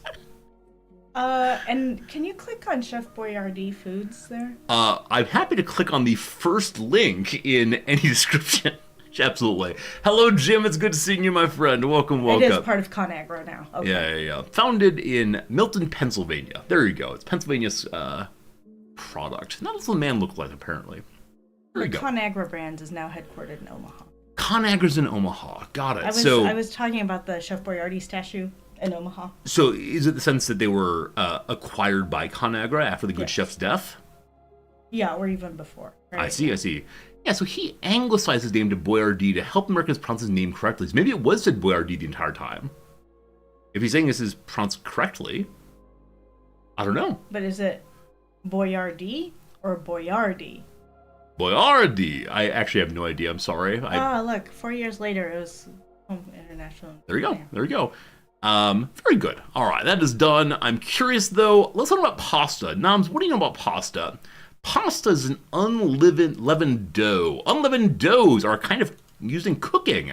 Cooking is a science, in fact. There we go. Systematic science. It's empirical through and through. They use propositions. Propositions are part of the philosophy of language, which is part of analytic philosophy, which is part of contemporary movement or traditions, which are part of Western philosophy, which are part of philosophical thought, which is indeed philosophy. Woo! Woo! Woo! All right, Noms apparently is uninterested and undelighted by the philosophy game. Ooh. Thank you for cheering with me. Makes me very happy. Merry Christmas. Hello, Merry Christmas, Cat. Always good seeing you. All roads lead to philosophy. It's true. Philosophy is the Rome of human thought. Do you not find this delightful, in fact? Or did you find it delightful? Interesting, yeah. Did you find it delightful the first time and then never again? Or is it just like interesting instead of delightful now? It's just interesting instead of delightful now. I think it's funny that there's a picture of the statue by Rodin on there. Wait, why is that? I mean, I think that often we think of philosophy as human thought, and the thinker is indeed doing a think. Yeah, it's just a little on the nose. But what is Wikipedia if not on the nose? Yeah, I don't know. The horse is dead now? I don't know. I mean, I like predictability very much. You do. I feel very satisfied when I think something will happen, and then by following through the processes, it does happen. What time is it? It is now 9:43 a.m. Okay. And so I think for me, playing the philosophy game, even though I know it'll get to philosophy, I just feel good when it happens. Dogbus is not on the nose, it's on the chin. Think you're right. It's great. It's a good joke. It's a good joke indeed. Very good, very good. Hello, Maronia. Hello, Triskel. Hello, everybody. Thanks for hanging out with us on this lovely Saturday morning. Noms, you have to get on the road pretty soon, right? You have a run o'clock today. Yeah. Yeah. But, and I have a terminus antiquem. Yes, because today we actually are spending time... Actually are. Yeah, I'd say we're actually going and seeing other people. We're usually our afternoons on Saturdays are just doing noms and resorty things. I almost used our real names. Great. Today there's only noms and resorty things usually on Saturdays, but today we're going to see some friends. We're going to go to their house for a little lunch, and I don't know what they're making actually. I hope it's something that is... Maybe it's Neapolitan spaghetti. Maybe it is, but I hope it's a cooler thing, because it is unfortunately kind of warm here still in old Tokyo, and we're walking over there as one does, and so imagine being a little sweaty when we get there. Probably. Dress cool. Dress cool. I mean, I always dress cool. Aren't I dressed cool right now? I don't know, you're wearing long pants. I mean, cool, like attractive and like cool guy. Aren't I a cool guy? Yes, you're a cool guy. Yeah, thank you. You're not playing along with my joke. It feels very awkward because you're not laughing. See, I think when I make jokes and I don't know if people around the world are even smiling in response, that's fine, because I can imagine they are. And they're so overwhelmed with laughter they can't even reach their keyboard. But I think when you're standing in the room and I make the joke and you just stare at me, I now know that all around the world, people are just going, yeah, Resorty, get on with the video games, come on. So I can't have live feedback when I try to be quote-unquote funny. Please say words. Remember how you learned how to use a hairdryer? Yes, I started using a hairdryer recently. Why do you bring this up? Fancy. Because you're now fancy. I don't know if it's cool because it's hot air. Yeah, the only reason I'm using the hairdryer is because if I don't, my head is overly humid and it looks like I'm sweating on stream. And then the first portion of talk time on stream is people coming in saying, Resorty, you're sweating. And I say, well, I'm not sweating, it's my hair's wet, and it's very... Humid. Very awkward. I don't like it at all. It's a weird conversation. Interestingly. You have thick hair. So it takes a long time to dry, I think. It does. I have very thick hair. Barbers have always been impressed by the thickness of my hair, even as it's now gradually falling out. They're impressed with the thickness nonetheless. Yeah, I can't tell if it's thick or dense or both. Why not both? That said, Twitch has made a modification to their policies that I would like to celebrate. Now, I'd like to point out before I talk about this, I am making light of a very, very important issue, but I swear it's something I appreciate, which is they've changed the harassment policy to include any unwelcome comments about the appearance of a streamer. I can now report anyone who says, Resorty, where did your beard go? Or Resorty, you appear to be sweating. I can report them and they'll get banned. Good. Oh, you're unstable. I'm not actually unstable. It just shows that. Okay. No, like I said, this is a good change. I'm glad that Twitch is taking care of their streamers, but yes, I look forward to banning all of you who dare come in and say that my facial hair has changed. It's unwanted. All right, Doms. Anything else I'd like to discuss today? You seem like you're a little bit checked out of the conversation now. I'm fine. Will Bearded Resorty be coming back? I don't like Bearded Resorty at all. He shows up when I feel either depressed or lazy. Beard Zordy! Yeah, Beard Zordy is never an intended part of the stream. It's always like, it's something that I've succumbed to, I suppose. And then I've got to dig my way out of it again. So no, it's not an intentional, like, winter defensive structure by any means, but, well. Jonah, were you subjected to Neapolitan pasta when you were a child? I'm just curious if it's just my mother who did this or other people's mothers. You know, you don't need a reason to ban people. No, I don't want to just ban people. I want them to be banned from all of Twitch. I want them to be punished and not be able to watch any of their favorite streams. Bearded person is always from the Mirror Universe. Absolutely. This is like Riker, right? Except for Bearded Riker starting season... Oh, that's right. Season 2 or 3? Instead, there was a Riker who wore like a yellow outfit instead. Was there some evil Riker? There was, but I don't really remember. Yeah, I don't remember either. I don't remember either. Now I'm going to talk about Neapolitan spaghetti again. It's I can just show a photo if you'd like. Yeah, sure. All right. The real Riker was replaced. Okay. Was the real Riker replaced in season 2? There you go. Neapolitan spaghetti. It is just you spaghetti can get sauce a lot of it. with tomato, namely ketchup. And then slices of hot dog, maybe. I don't know.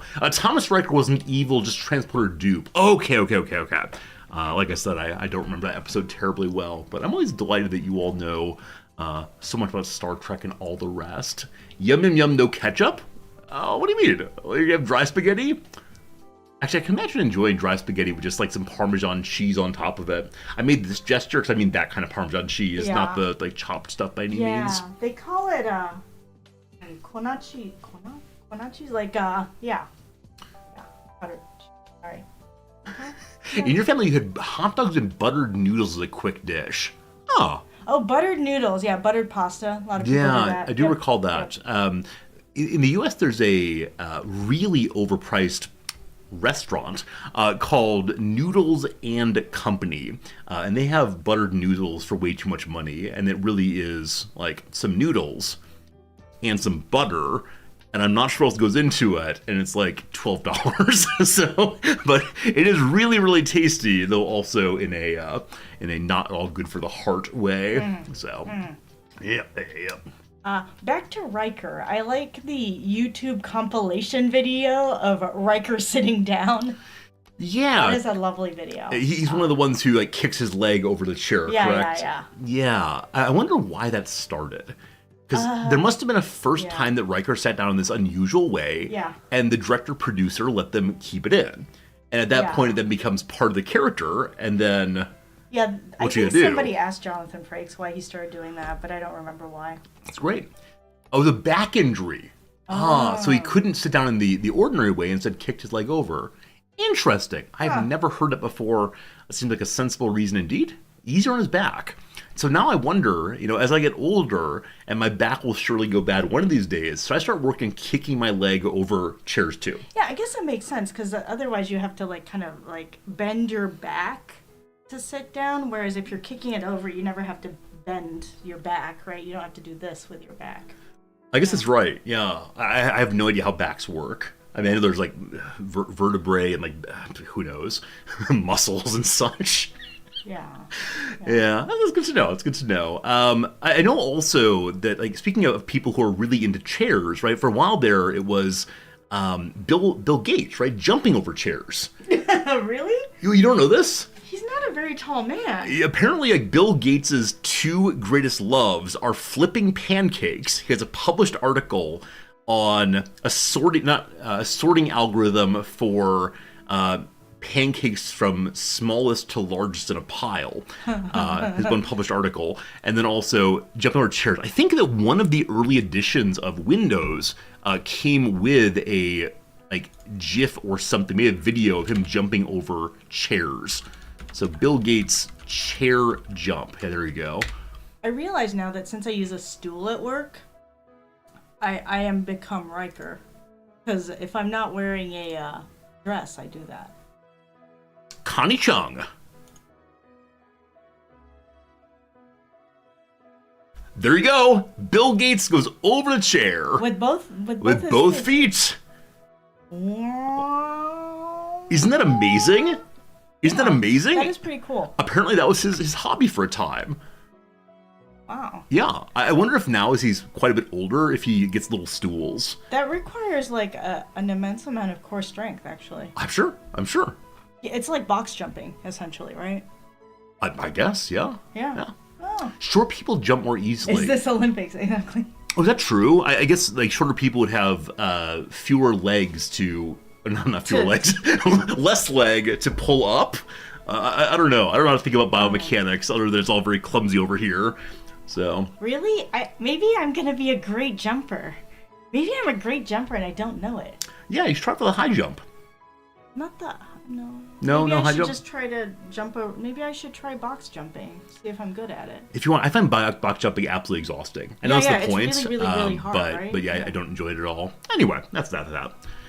You don't like how GIF? I heard it's GIF. You like GIF instead. Me too. I pronounce GIF. I don't know. Shorter people also have an easier time doing push-ups. Huh. I can imagine people with shorter arms would. I have short arms and I'm short. There's less space to go through. Yeah, maybe this part will say the world is harder for me. As one of the minority of people who are overly tall, it's hard being in the world, and you just wouldn't understand. I mean, you do have more stuff to carry around. You have more person to carry around. That's right. It's just hard being me. The only thing I get out of it is being able to reach the top shelf. I would trade that in an instant to be able to buy clothes here in Japan. You can buy clothes in Japan. You have to buy online though. Yeah. The average store here does not carry things for me, unfortunately. But that's how it goes. All right, and legroom. Don't even remind me of legroom. This has been the worst thing about living in Japan, that all of the tables and chairs are Japanese sized. I have not been comfortable at a restaurant table since I moved here. Often my legs will not fit on a table. I'm going to splay my legs instead. Oh, that's absolutely true. That's your explanation for manspreading? Yes, manspreading is because otherwise my legs will not fit in there. But yeah, look, that's if ever we move back to the U.S., that's one thing. It's definitely a win for me. Now I know for you, the tables in the U.S. are overly tall, and the chairs also. You have to kick your little feet. Well, that's why I always sit on the very front edge of a chair. Yeah. So it's a bit of a trade-off. We have to find some place where the tables and chairs are made at a size Goldilocksian with respect to the U.S. and maybe it's France and Japan. Maybe. Yeah, I have no idea. I don't know. How tall are people in France? No idea. Yeah. Or maybe there should be a little button that goes up and down, right? I'm sure IKEA can make that. Here in Japan, we live in the future, and so surely there's a modifiable table and chair. I mean, there are the tables and chairs in Japan that are you sit on the ground and they dig a hole where your legs go. It's true. It's true. Sunken tables, something like that. Yeah, I don't know. Anyway, Nom, it's been mighty fun hanging out with you. I should probably be moving on to video game time now because we're going to be, ending stream early today, so I can go over to our friend's house. Yeah. I need to end about 11:30 today, so I want to get through this bit of game today. Yeah. So, Noms, any closing comments? Anything more you'd like to share today, or? No. Nope. No. Well, thank you for visiting us. You're welcome. Occasionally I watch other co-streams, just try to understand what I can do better with co-streams. And the thing that I always notice is that both parties on the stream try very hard to keep the energy going. And occasionally here it feels like I am the one doing all the work, and Nom just stands here. I just get tired. I understand. It's unfortunate being tired. But may I just point out, where did somebody say this? What'd someone say? My back. Somebody was worried about my back. Oh, Jim said, I hope Nom's back doesn't get sore from carrying chat time on Saturdays. What do you mean carrying chat time? What do you mean? It seems like absolute nonsense to me. But no, Noms, you're wonderful. Saturday morning chat time, always a very nice time. We thank you for spending time with us, and hope you have a good day. Thank you. Enjoy your run.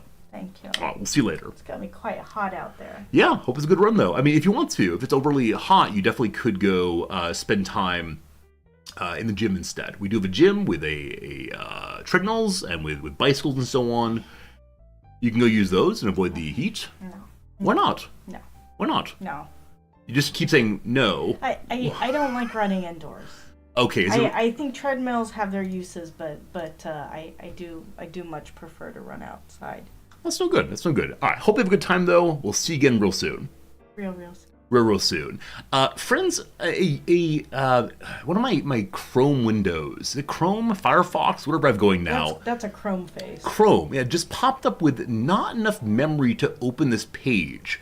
Try closing other tabs or programs to free up memory. Is that true?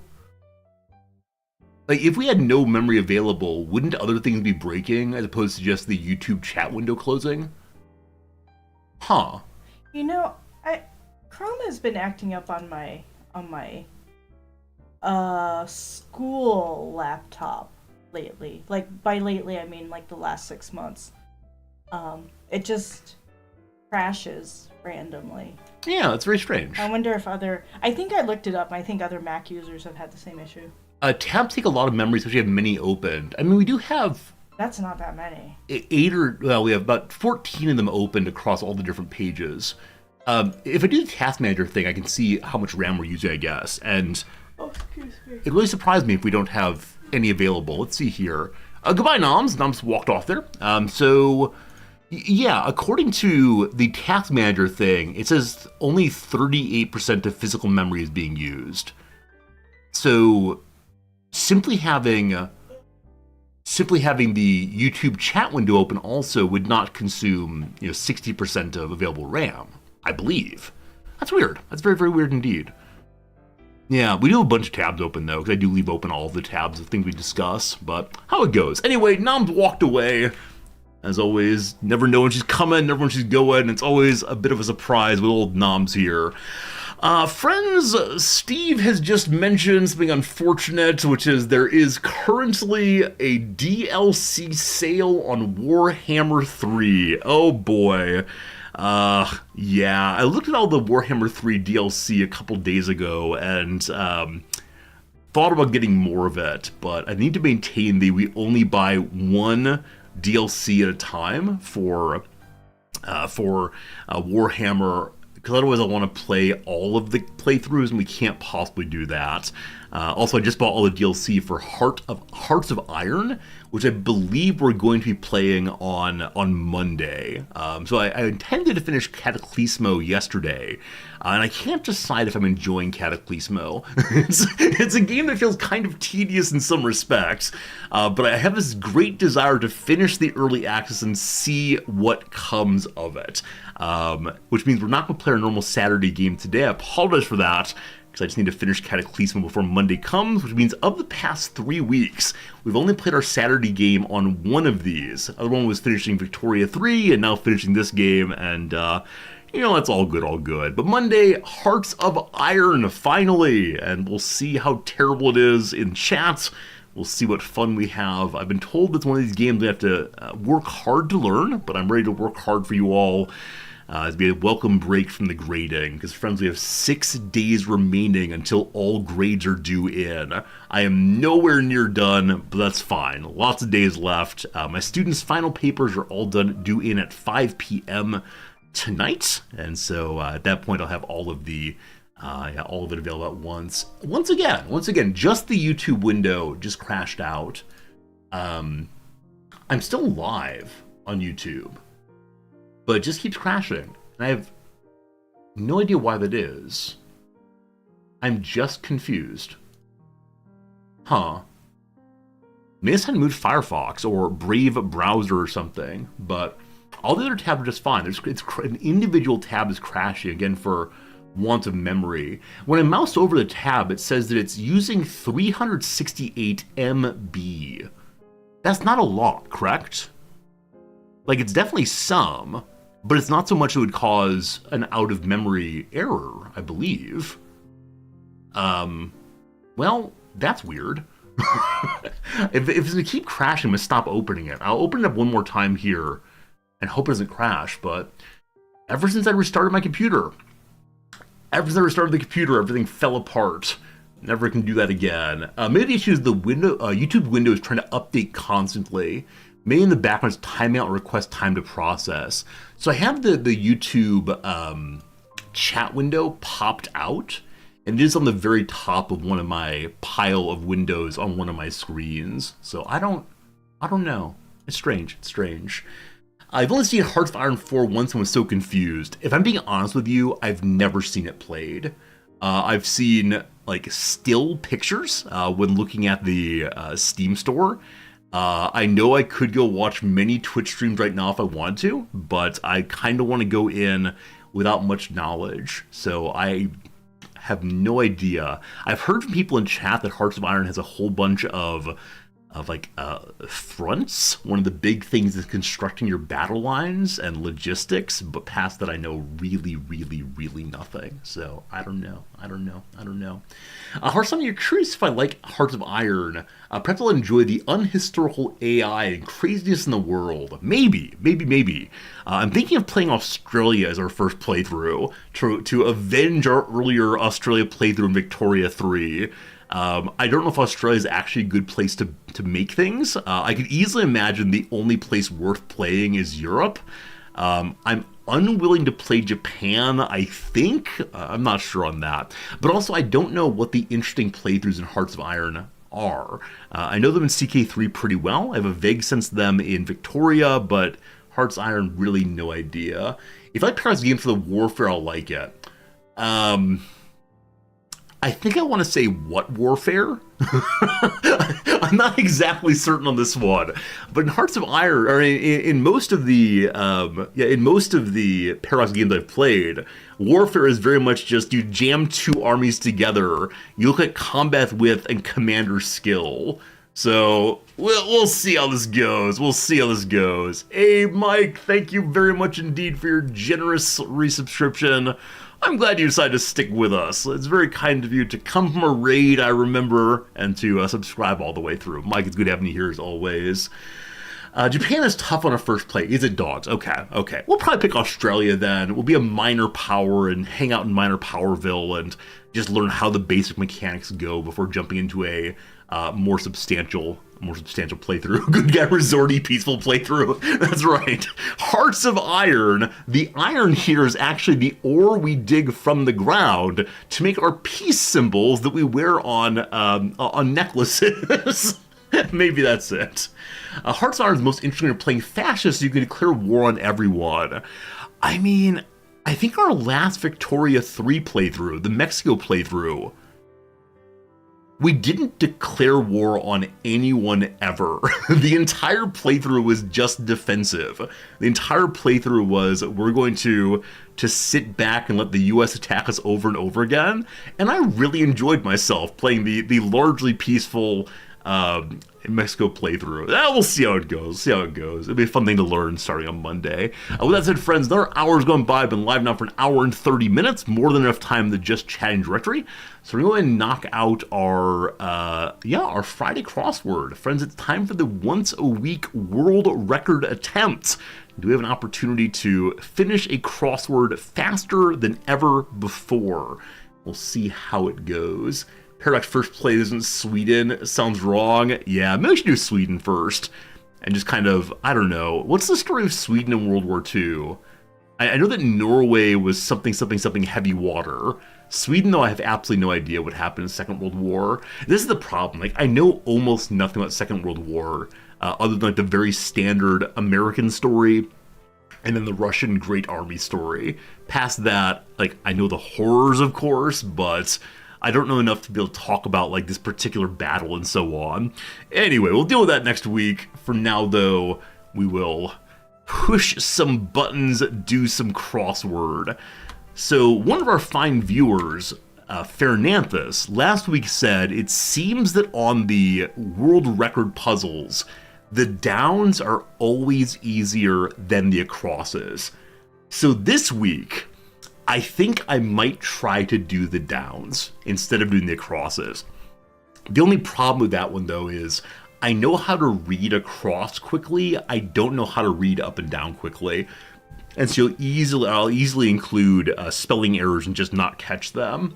So let's see what happens here. Getting warmed up, getting a stretch on. I give you the Friday puzzle. Here we go. That's Psalm on the across, never mind. That's probably wrong. Okay, I have no idea. Ted, that's not how you type that word. Son of a gun. Animal sound that's goro goro in Japanese and ron ron in French. Purr. Pig's nose, a snout. Tone, liked, mess. 22 seconds. All right.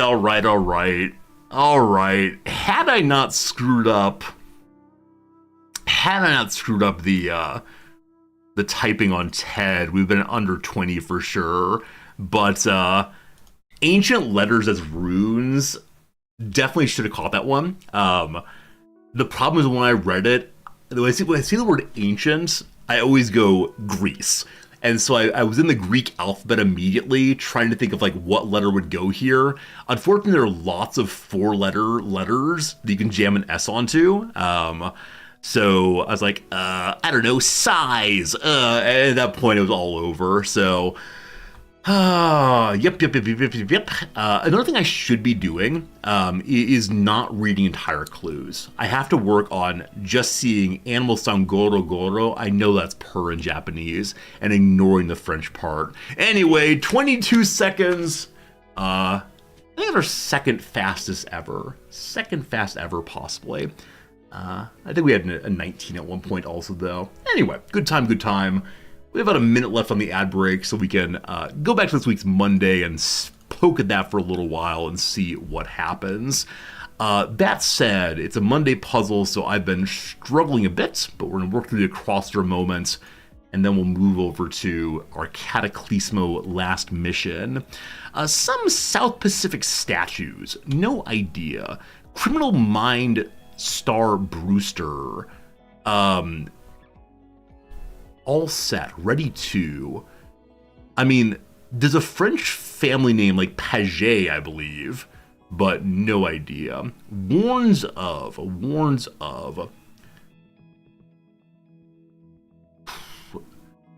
Okay. Wither. So wither can mean in a direction. It could also mean, of course, like die, to crumble, that sort of thing.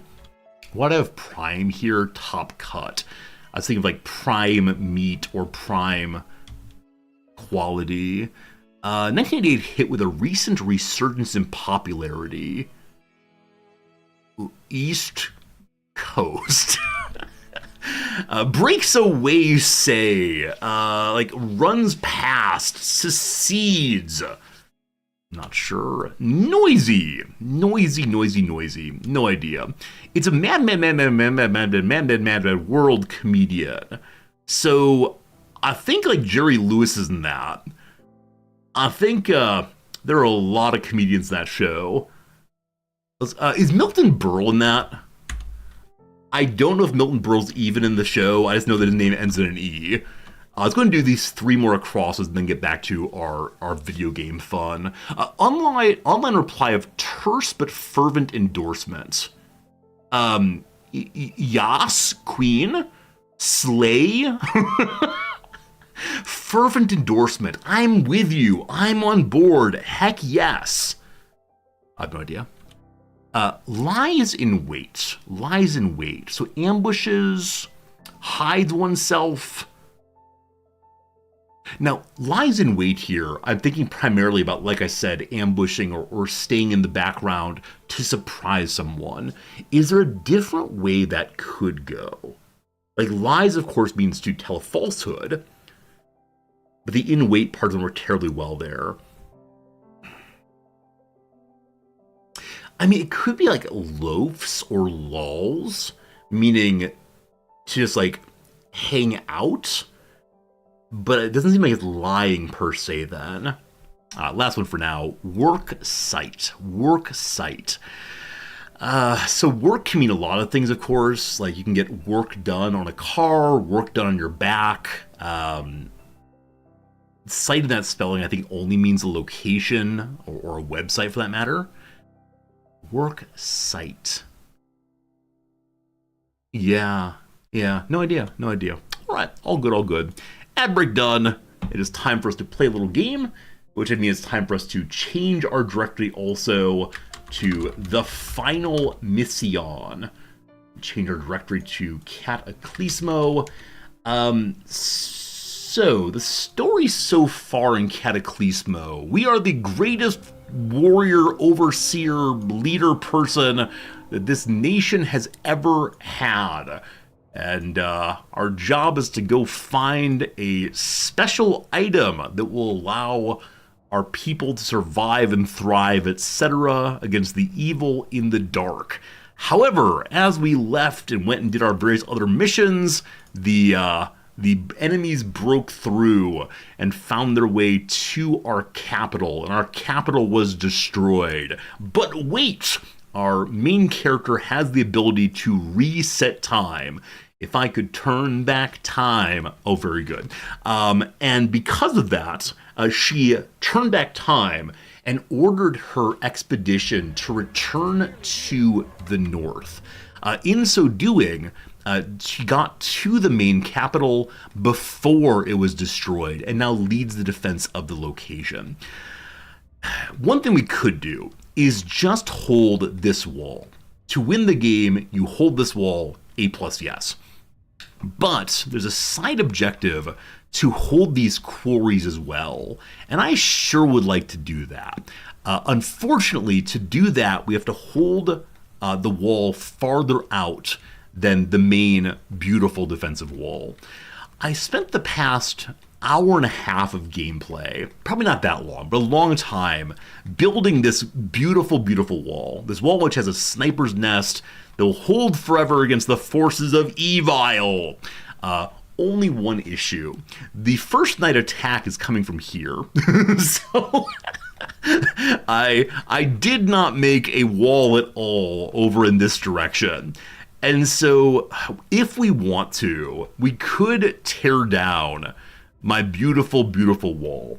If we don't do that, we have the sunset period to build on this side and to get all my troops over there.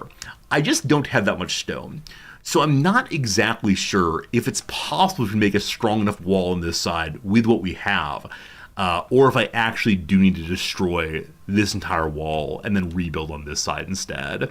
So I'm going to see what I can do to get this built up in time, but I am 95% sure it is unwinnable as I have it set up right now. So more important than anything else right now is just having a functional wall, right? Just blocking off everything and, I don't know, getting some troops in places. So I know I want to move literally everyone over and figure out where to place them after a moment here. And did I produce any more troops? All right, we do have troops who are running from inside the castle right now. Doing it. And I know we got a bunch of upgrades at our barracks here. And we are producing additional troopers too. Now, the troopers are made with wood and minerals. They're not used with stone. As of right now, I think stone just goes to the wall. So we're going to have to let the game run some in order to get us additional harvested items from the quarries. But I don't know how it's going to work out. For now, we just build a wall.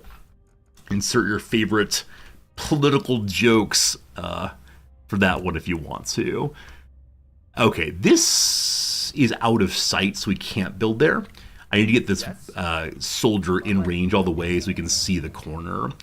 Now, instead of building all the way across here, we could just make a hard corner to preserve a little bit of building fun. Okay, I believe the enemies can't walk through this space here. So that's the beginning of the fun. Now, this wall is being used for a staircase. Cannot be used for a staircase anymore because we need an actual factual wall there, of course. And the same thing on this side. So we want to continue building across like so. And we'll need to fill this out with is that too wide? Is that a spike there? We may have to destroy the spike. I'm not sure we can build over it. We'll see in a second. Alright, so staying with stone. Yesterday someone said this game reminds them of playing Lego more than anything else. I think that's true. I give these pre-made kinds of blocks, and you unlock more of them as time goes by. And make your very own Lego castle. Speaking of which, I saw that earlier today there was an announcement that this game now has a sandbox mode in which you have access to all of the pieces and as many resources as you want. So if you just want to build a cool looking castle, you can do that. I think that's a really fun improvement. Because one of the challenges throughout this game is that you always have a limited amount of resources, and so you can't build absolutely anything you want to. And so I'm very pleased they made that change. I think it's a good one ultimately, and it's probably not a game mode I'll play on stream, but I can easily imagine enjoying it off stream. Just having a little fun building this and that. Let me finish this wall and then we'll talk about the front of the base here and see if it's actually serviceable or if it needs to be destroyed to make something better. Okay, so going across here, we see that some of the wall, the part that has little pinkish brownish pips there, are ones that are of second tier strength. We have no third tier strength here, I believe. This is first tier strength because it's only 1, 2, 3 high there. It needs to be at least 4 high to get the next level of strength. Is it endless wave of enemies and stamps are just building? So there's an endless mode already in which you get more and more waves of enemies, but sandbox mode is, I believe, just building only. And so the game is gradually adding in lots of different game modes. It is early access after all, so that makes a ton of sense to be that way. One thing to comment is that this is the first wave of the map. Usually the first wave is not especially terrible. Just a matter of have you built some defenses. So my fingers are crossed. I don't need to make a huge amount of defense here, though we will need to add more and more and more as the nights go by, because this will be where the main attacks come from, I believe. And then the secondary wall will be the subordinate attacks. Though I do kind of wonder, will the last night be crazy attacks from all directions? I want to make absolutely sure that there's a second wall behind this. We can't actually destroy it because it was there before we began building. If we look inside though, yes indeed, but it's all the lower level brick type. It's not the big fancy stuff. So as of right now, enemies can tunnel through here with very, very little issue.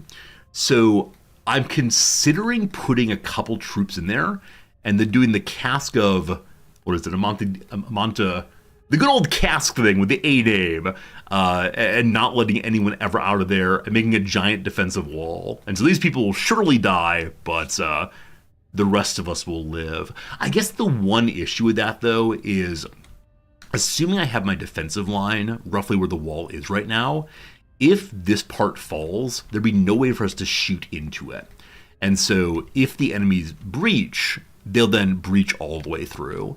Now we could deal with that by having some soldiers on the wall here and here who then turn and fire down. But unfortunately, for the moment at least, I can't destroy this. And so it's going to need to just sit here.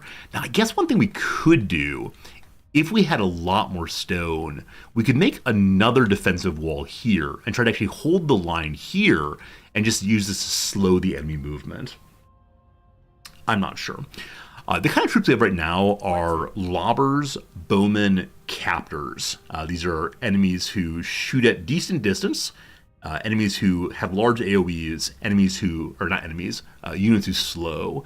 We also have 2 snipers. I'm not going to make this around snipers right now because it's a lot of building. I'll make it around lobbers and bowmen, the basic characters, and then add in the others as support and see what happens in future waves. But for now, it's going to make this look level. It's important to me, obviously. And then this corner here, that's kind of rough. So it looks interesting with the arch holding things up, but it is very low health there and there. So is it possible to make yet another wall in front? It is possible, and that will be the higher tier of strength. Like I said before, I think this will hold for now, but we need to continue building it up over the next the next few days. 193 stone remaining. We know we need to get people onto the wall. It'd be ideal if they could share one staircase to get up there. And so I'm going to make everything of the same level, I believe. Now, I'm not sure if characters can walk from this block to this block.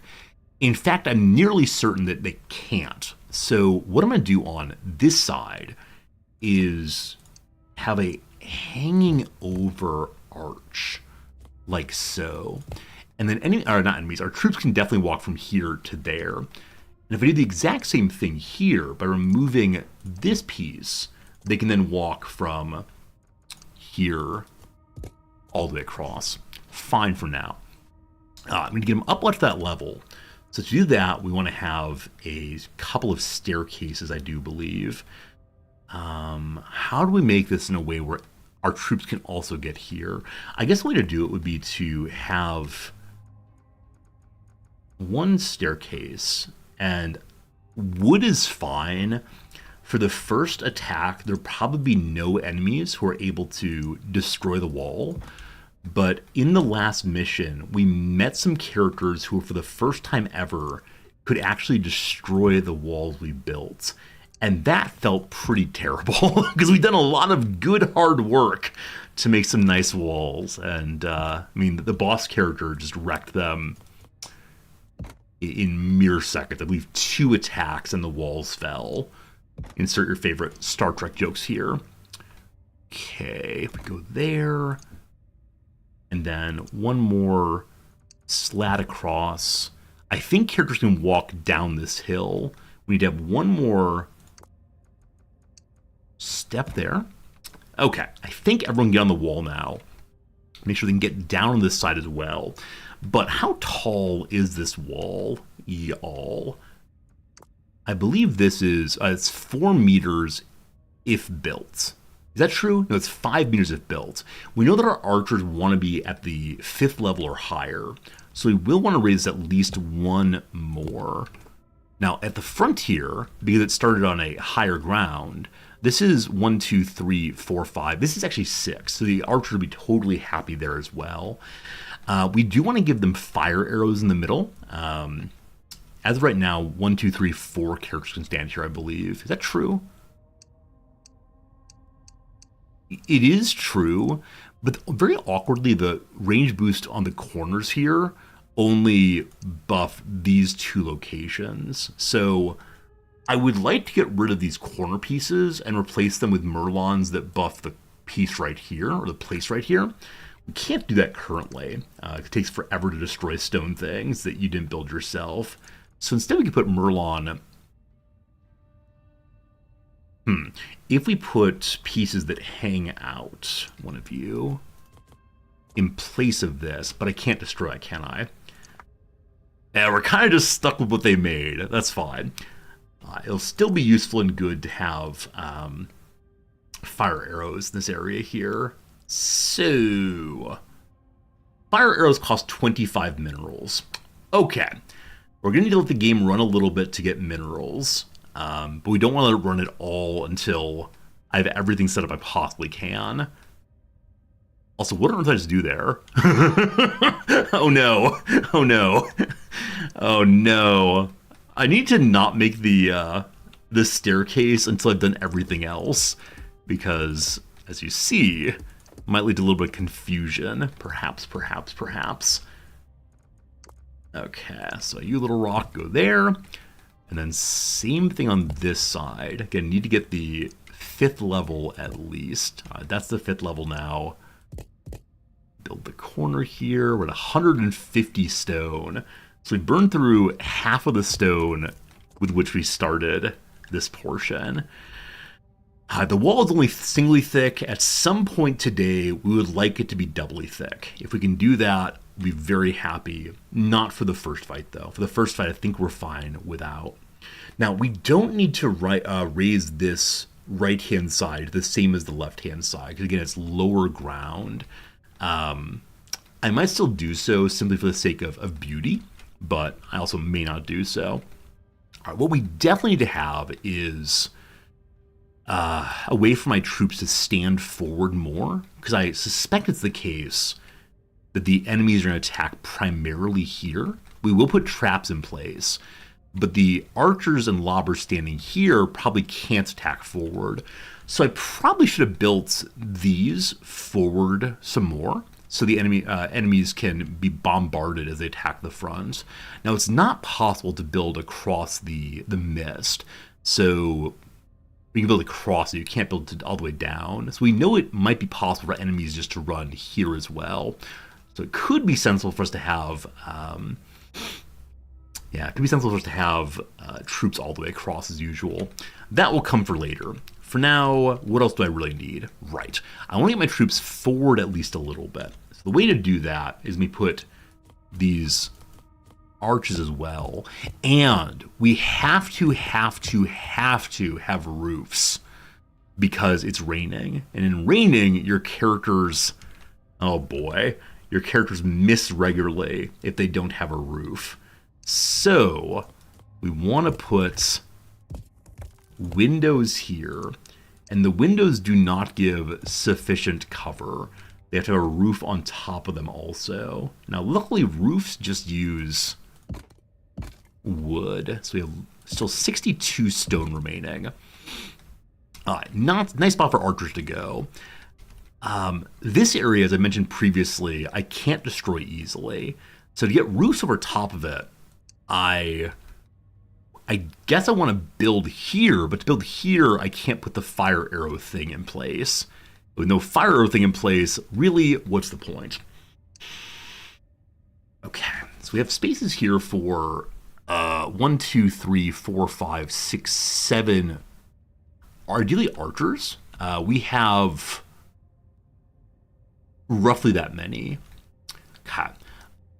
I want to put snipers here definitely, which means I need cover for 2 characters. I believe I can build that from the side here. If I do this, my characters cannot shoot in this direction. We can do it with a window instead. And that way they can shoot out. Okay. This is not long for the world. It's just for the first night. And again, we have to have roofs. I wish we were able to do the city building portion while also doing this building, but I can only focus on one at a time, unfortunately. Okay, beloved snipers. You are currently all the way over here. If they can't get to the wall by the end of the, or by the beginning of the evening, I'm gonna be pretty bummed. We can destroy these fire arrows.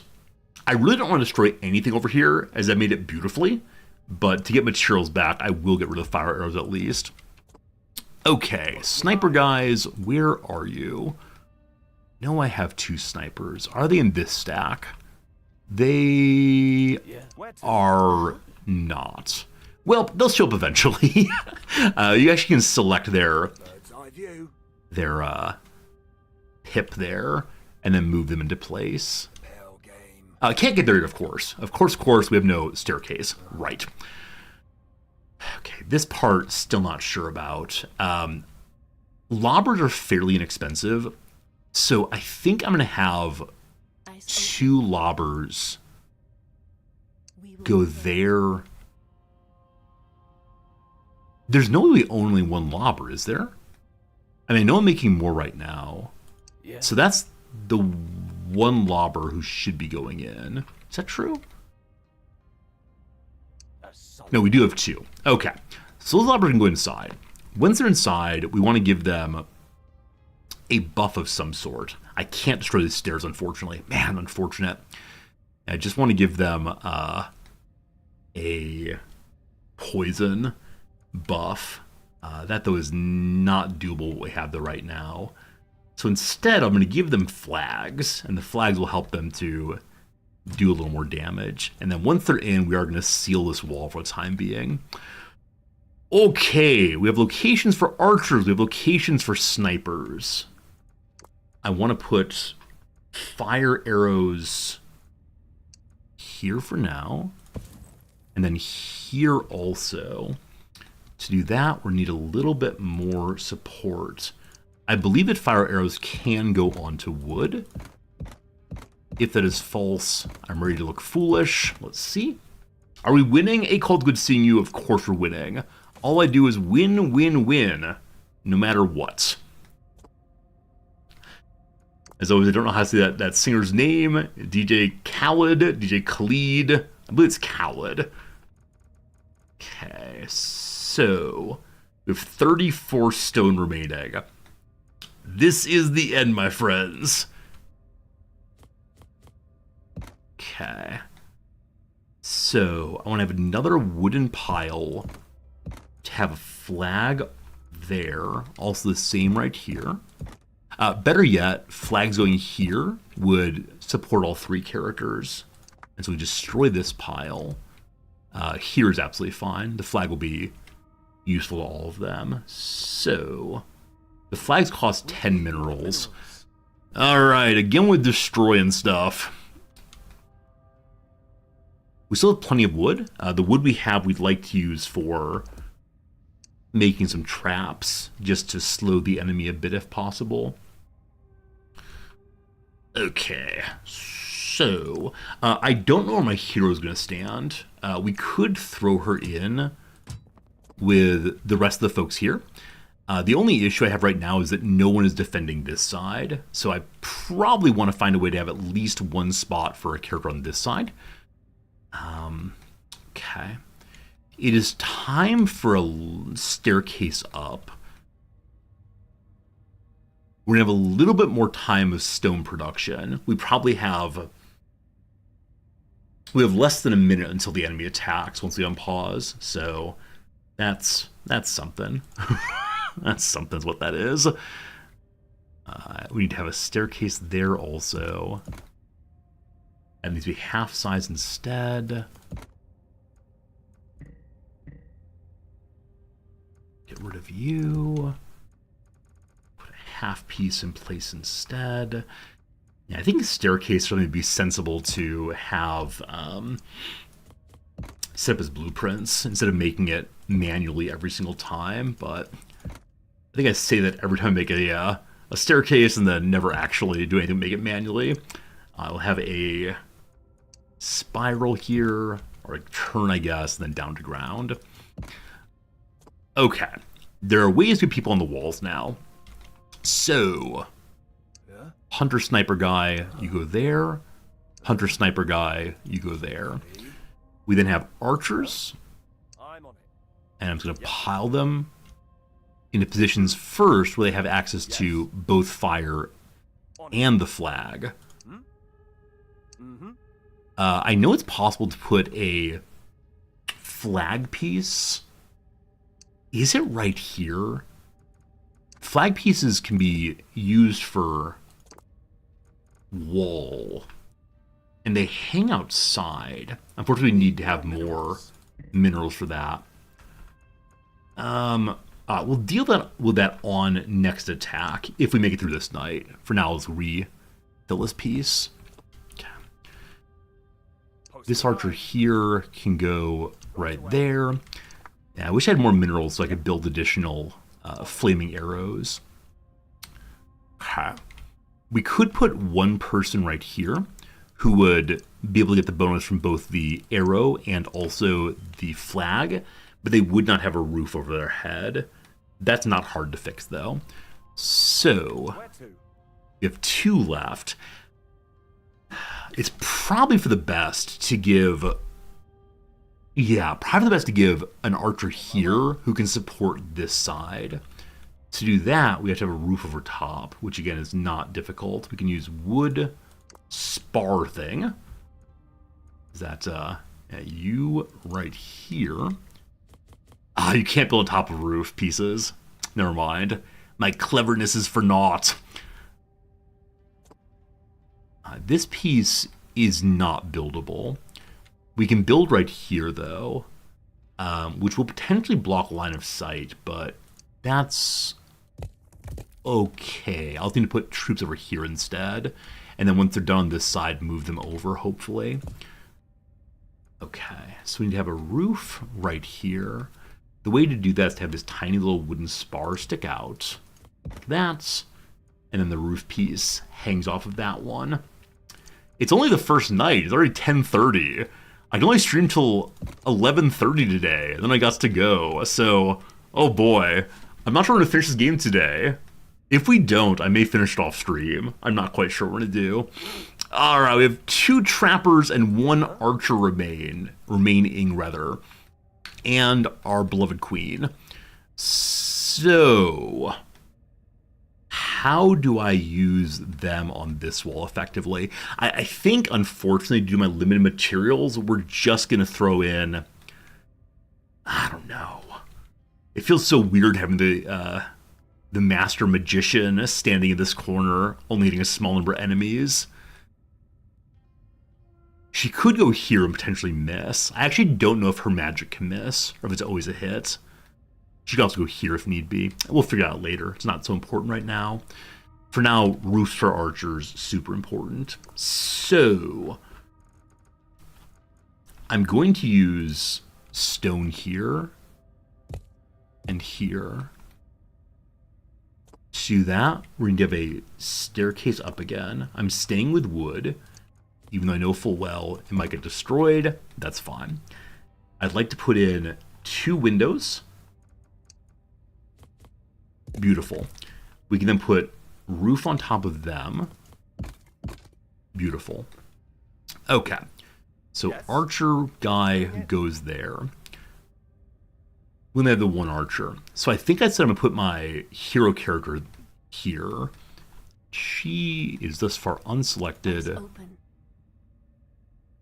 Oh! I put her in there with the lobber. Oh, I think that's bait. I think that's me being baited. I probably should not do that, actually.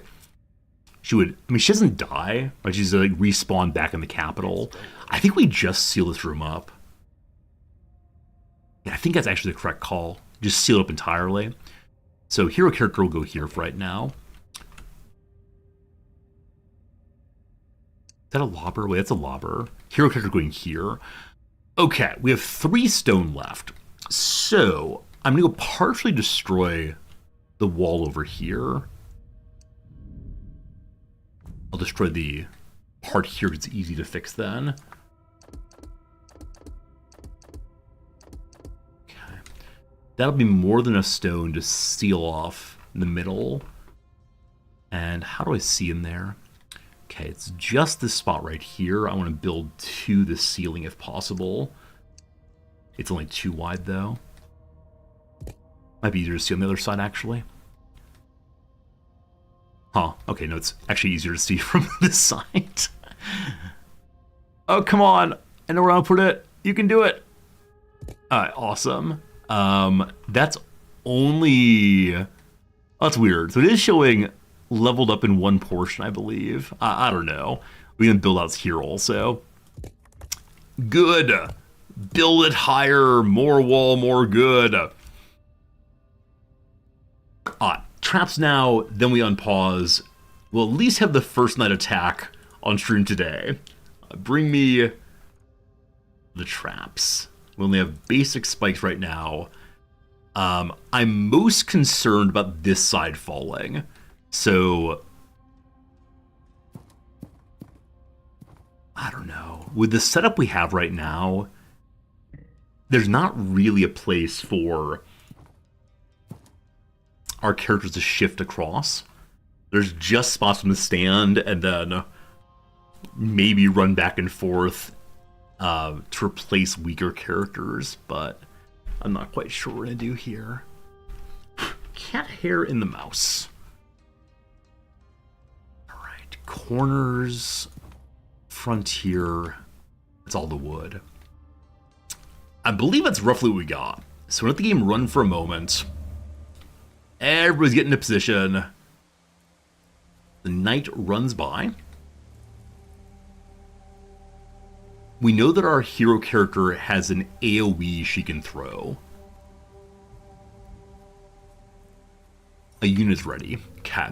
We spawned one more thrower. Where the thrower's going to go, I have no idea. We have an open spot on this side. So thrower, you go there. It slows enemy. It's not clear the slowing will do anything of value right now.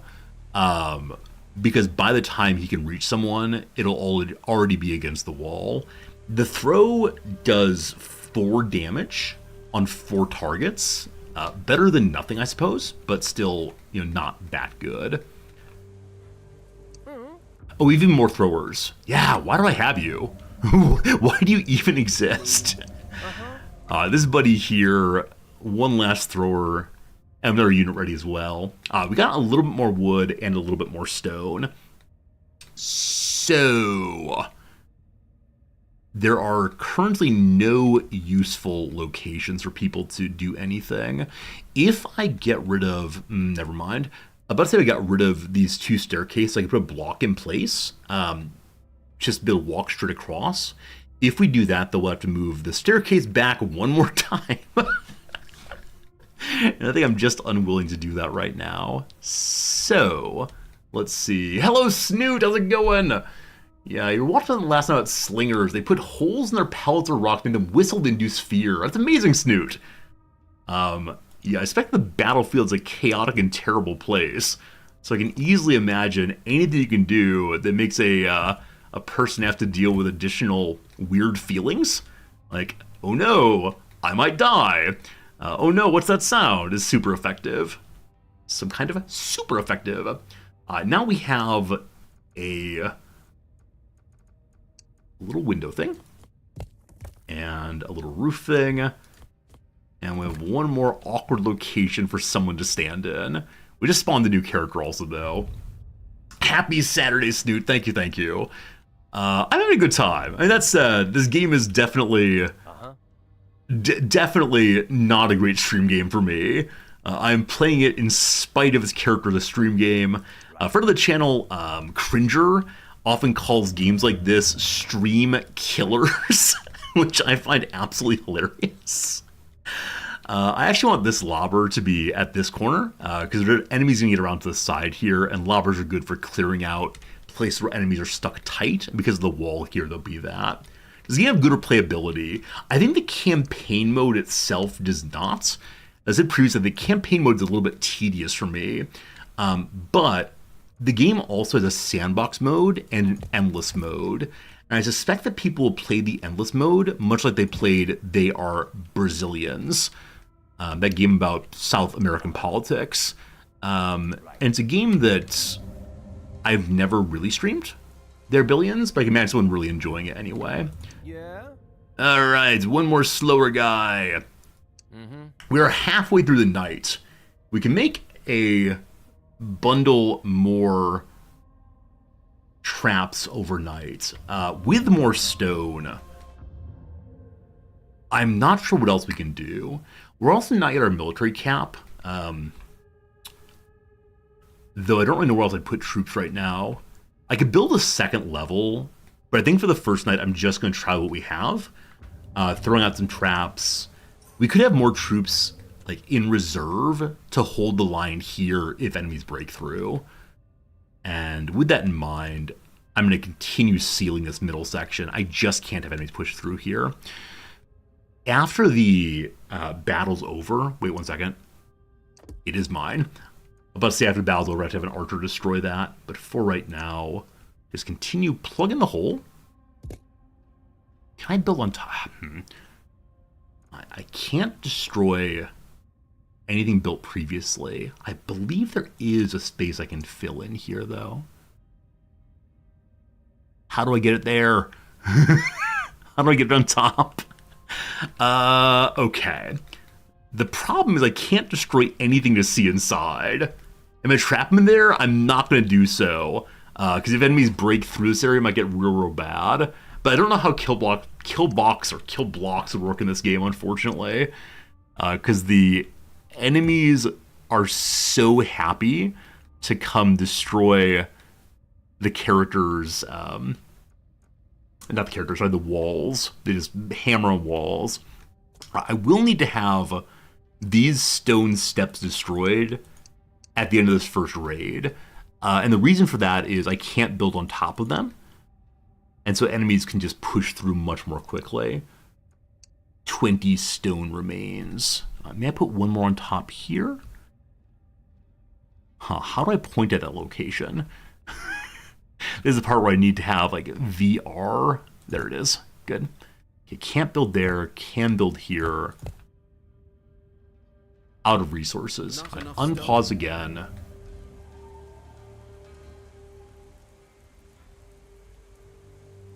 Waiting for a worker to deliver stone. After this particular level, we have to get some warehouses built so that stone is carried a much smaller distance. Another unit is prepared. And we know that stone is not used to make units. So I think just pushing out some additional lobbers and bowmen can be very, very strong. Again, just to hold the line in case things get dire. That said, lobbers and captors stack very, very well. I think I'm going to do basic bowmen instead. One, they're very cheap. And then have the captors and lobbers Not enough wood. Be on the back line. Again, in case the wall falls. Might be overdoing it, but better to over than under, etc., etc. So you're going to stand right there. Okay, night is nearly here. Now, we can build at night as long as the horrors are not too close by. So I can continue piling more and more in there. That said, it's a medium strength wall now. Hopefully that's enough. I'm going to throw down a few more traps. I wish I could hotkey to a building so I can go back to the barracks easily, but as of right now, I believe that is not possible. Okay, more traps, more traps.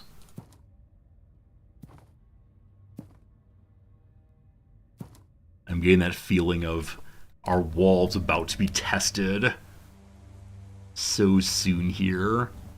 Another unit ready. I want to put this archer on the wall in place of one of the captors.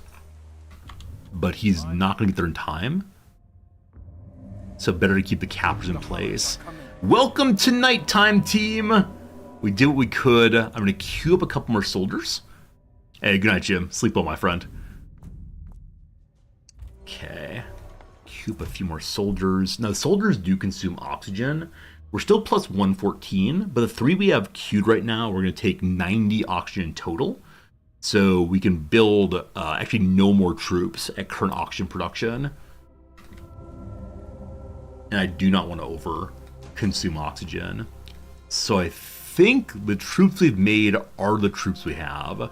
Here come the enemies.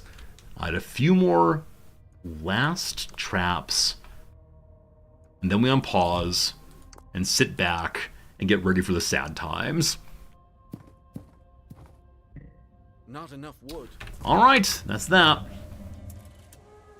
Archers ready. Is my hero here? She is. Okay, hero has the big old cast. Now, these are new enemies I've not seen before.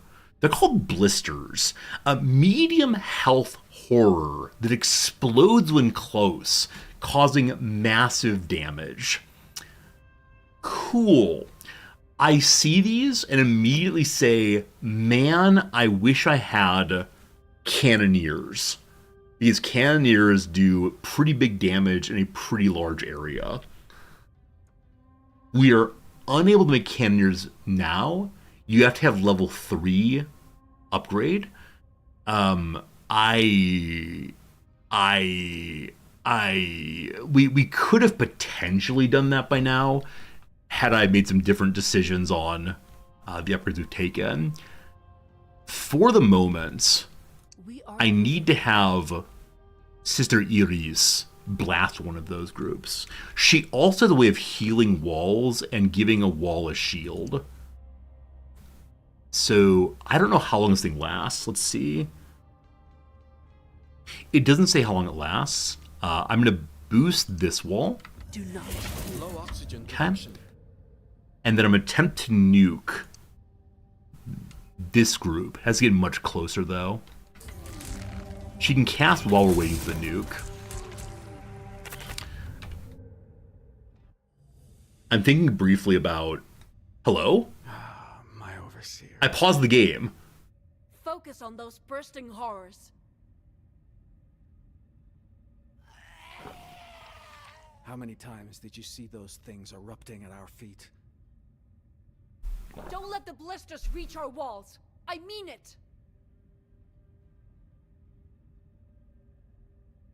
I absolutely love that they showed my wall in the cutscene.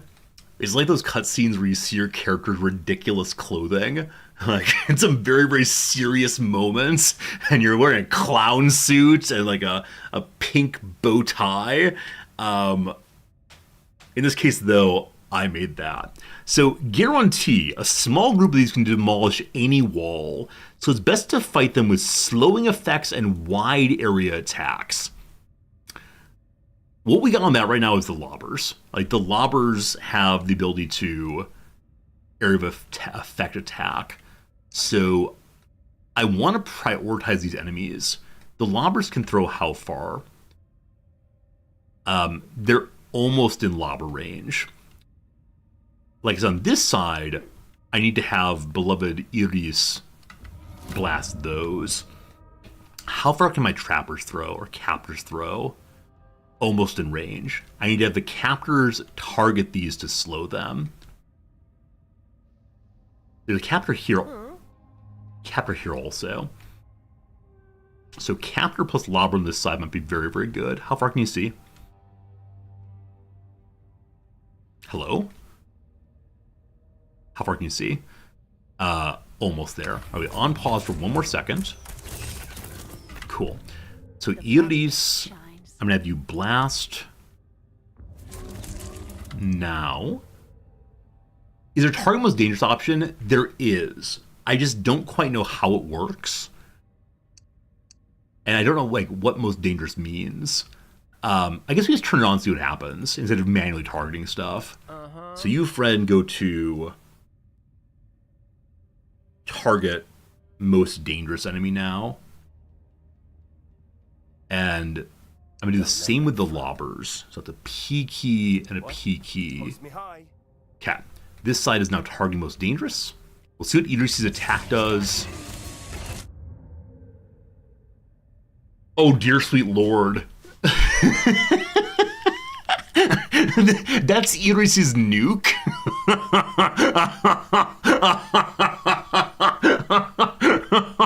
Oh boy. Well, the nuke does nothing. Goodbye, walls. Goodbye, walls. Oh boy. Alright, Iris, I have no idea what you should target right now. Alright. All you, go team go. All of you, target most dangerous, please. Are you on target most dangerous, please? Let's see here. You are on most dangerous. Well,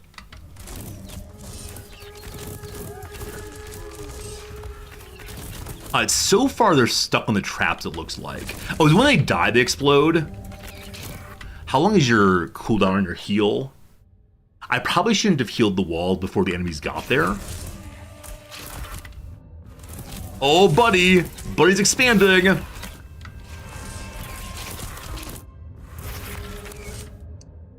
The wall is at 9 health remaining.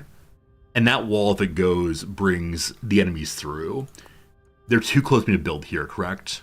I can build back here, try to make a whole new wall. Doesn't really matter, though. We could build here, which would slow the enemies for a very, very brief moment. They'd obviously attack through the staircase. But slowing for a moment seems huge. Just in case. Just in case. I'm just going to do in case my soldiers.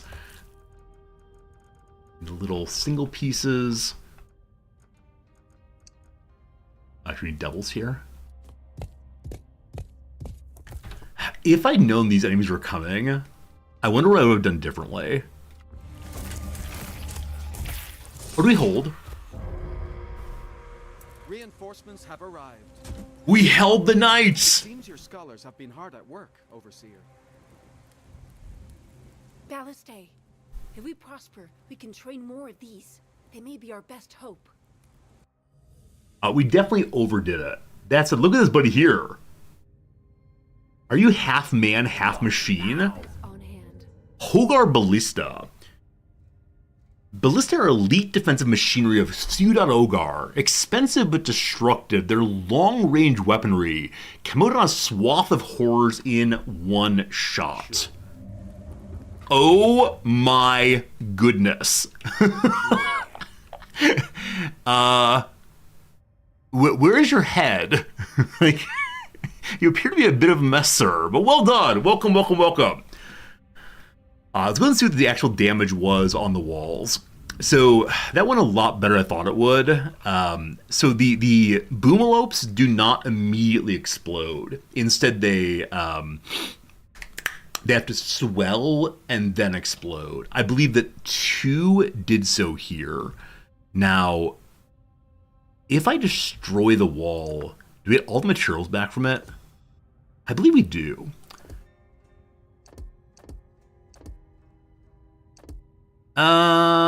We actually might not. If they're damaged, you may not get the materials back. You actually do not. So let me undo what I just did, because I can't have that wall fall. Now the ones that are inside actually are not used at all. So I'm just going to destroy these. You do get materials back. So partially damaged walls give you nothing back, despite how close to full health they are. We actually lost nothing here, correct?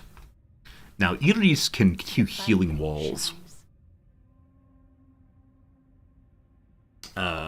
Heal. She can only cast the heal in combat. Ah, ah, ah. All right. It is now morning. It is now daytime. I am 95% sure we attack from both sides going into tomorrow. We took this wall partially apart in preparation for the raid, but that's fine. We got time. We want to upgrade to prosperity level 3 to get cannoneers available. We also want to take the unlock right here that improves the toughness of hulls. We would love that. Now, because I've decided that we're going to try to hold all the way out here, we can build in absolutely all of this space, which means right now we really need oxygen. We also want to find additional wood production, and there's a special mission to build 5 quarries. I have built 4 quarries. I actually don't know where I can build another one. We're going to look for that over the course of this day of peace. For now, though, give me my blueprint. Our blueprint for additional oxygen requires a bunch of wood, so we'll let time roll by. We made a couple more archers. We have others in queue. We do not have any others in queue. So these troops are just what we have. Can I destroy troops? Yes? He says yes. I believe the answer is no, though.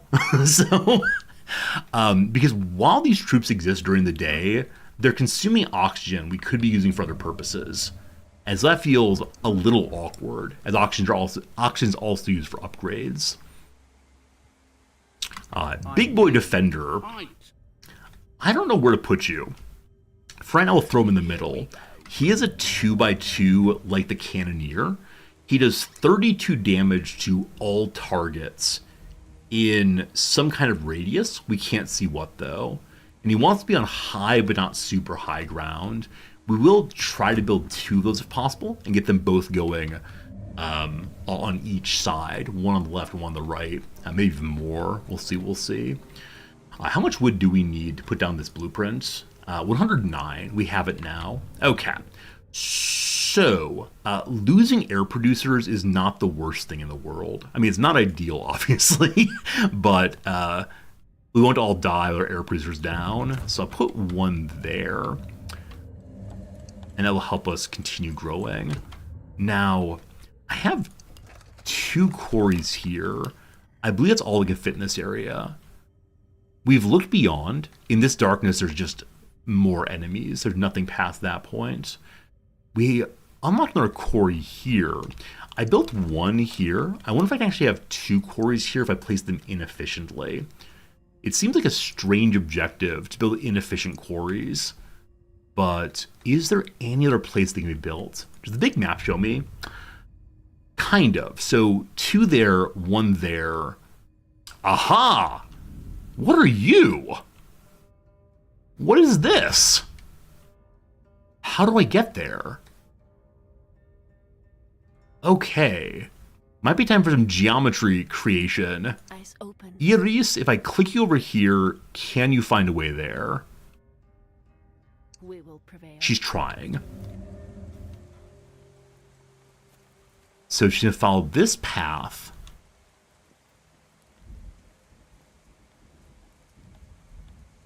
Okay. It's down this way, which is missed previously. Very nice to see, at least for the moment, this is inside of our walls. I'm definitely need to have to put the light out that way, so we can continue expanding that direction. I can build a 5th quarry and then immediately delete it. So the issue is you can't build quarries everywhere. You can only build quarries in areas that have stone to collect. So no, you're not allowed to just throw quarries wherever, you big old cheater. As we head down here, we see more wall, which makes me think that there will be more enemies on below. A building lacks a path to the citadel. Ah, right, our blueprint's missing the very bottom of its path to the citadel. So, 1 of you. And there's more oxygen production all at once. Okay, so Iris We will prevail. can get down at least a little bit here. We will prevail. We need to be building a bunch more people so we can have warehouses. Nothing to collect here, but it does look like a wall. Yes. What do you want to bet we have to defend another area? That enemies will come out this way also. That's my A bet. unit can't reach its Masks destination. on. Okay, so she can't get to there, to here. And she Yes. can get down this way. The issue is how we get across the mist here. I think the easy way is just build a staircase down here. They'll probably end up destroying. I believe this is a case where to hold this quarry, we're going to need to have a wall here and a wall here both. Seems very likely, but we'll get to that in a bit. Now, I do wonder if this is a missed location we can use for getting materials for our cannoneers, or if it will have enemies attacking. I think in this game you have to always assume that any map border you find will definitely have enemies attacking. Can she walk to that location? She cannot. So she can get up to here, but not to there. Huh. How best do we do this without destroying the things that are here already? If she goes down this way, this is the way we have to destroy that. Yeah, I think you're just going to have to destroy stuff so we can build afterwards. Beloved Iris, The pálido shines. let's get you up here and then destroy part of the staircase so we can head on down. I hope.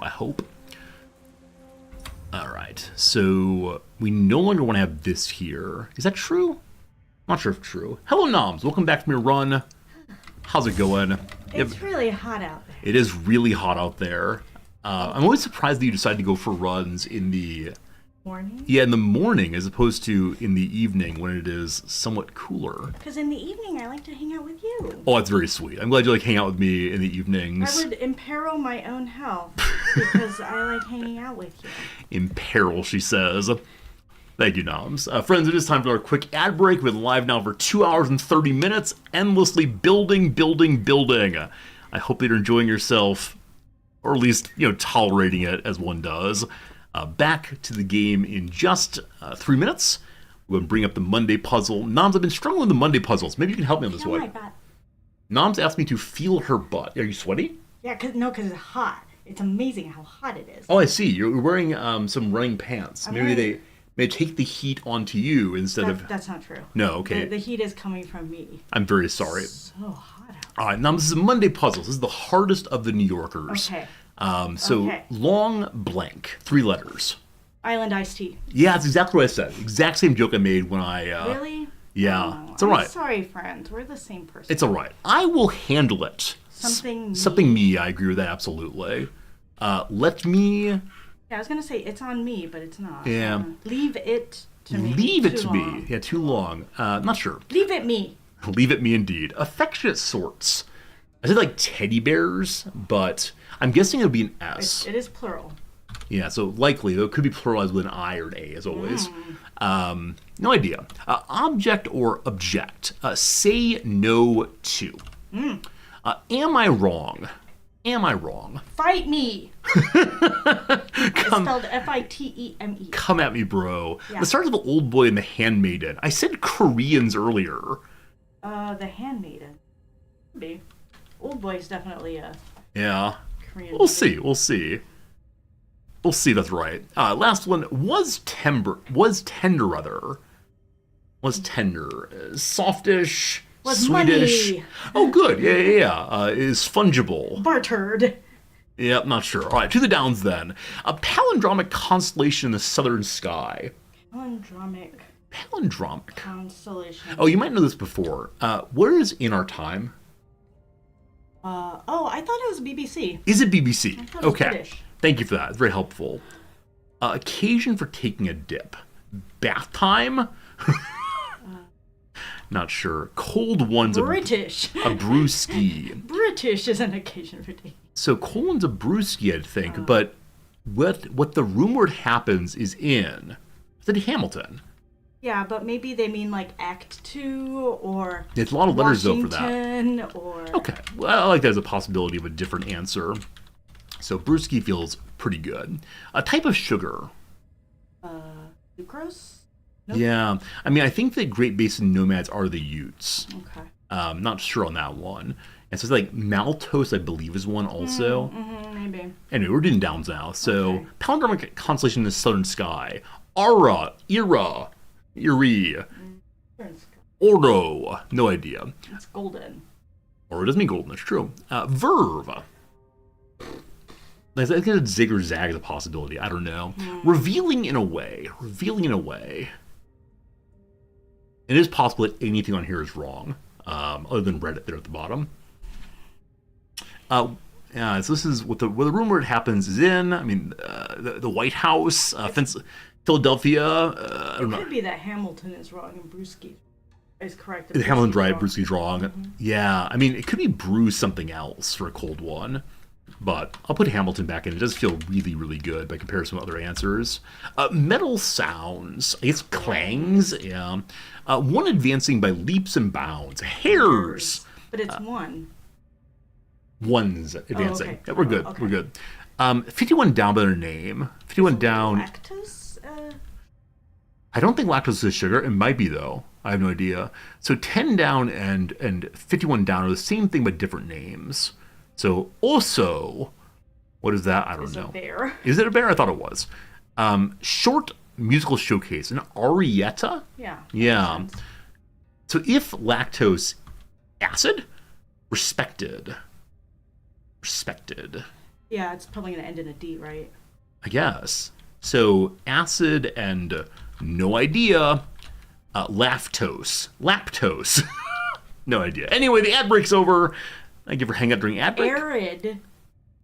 Arid Lartos? Lartos? That sounds like the character on Doctor Who.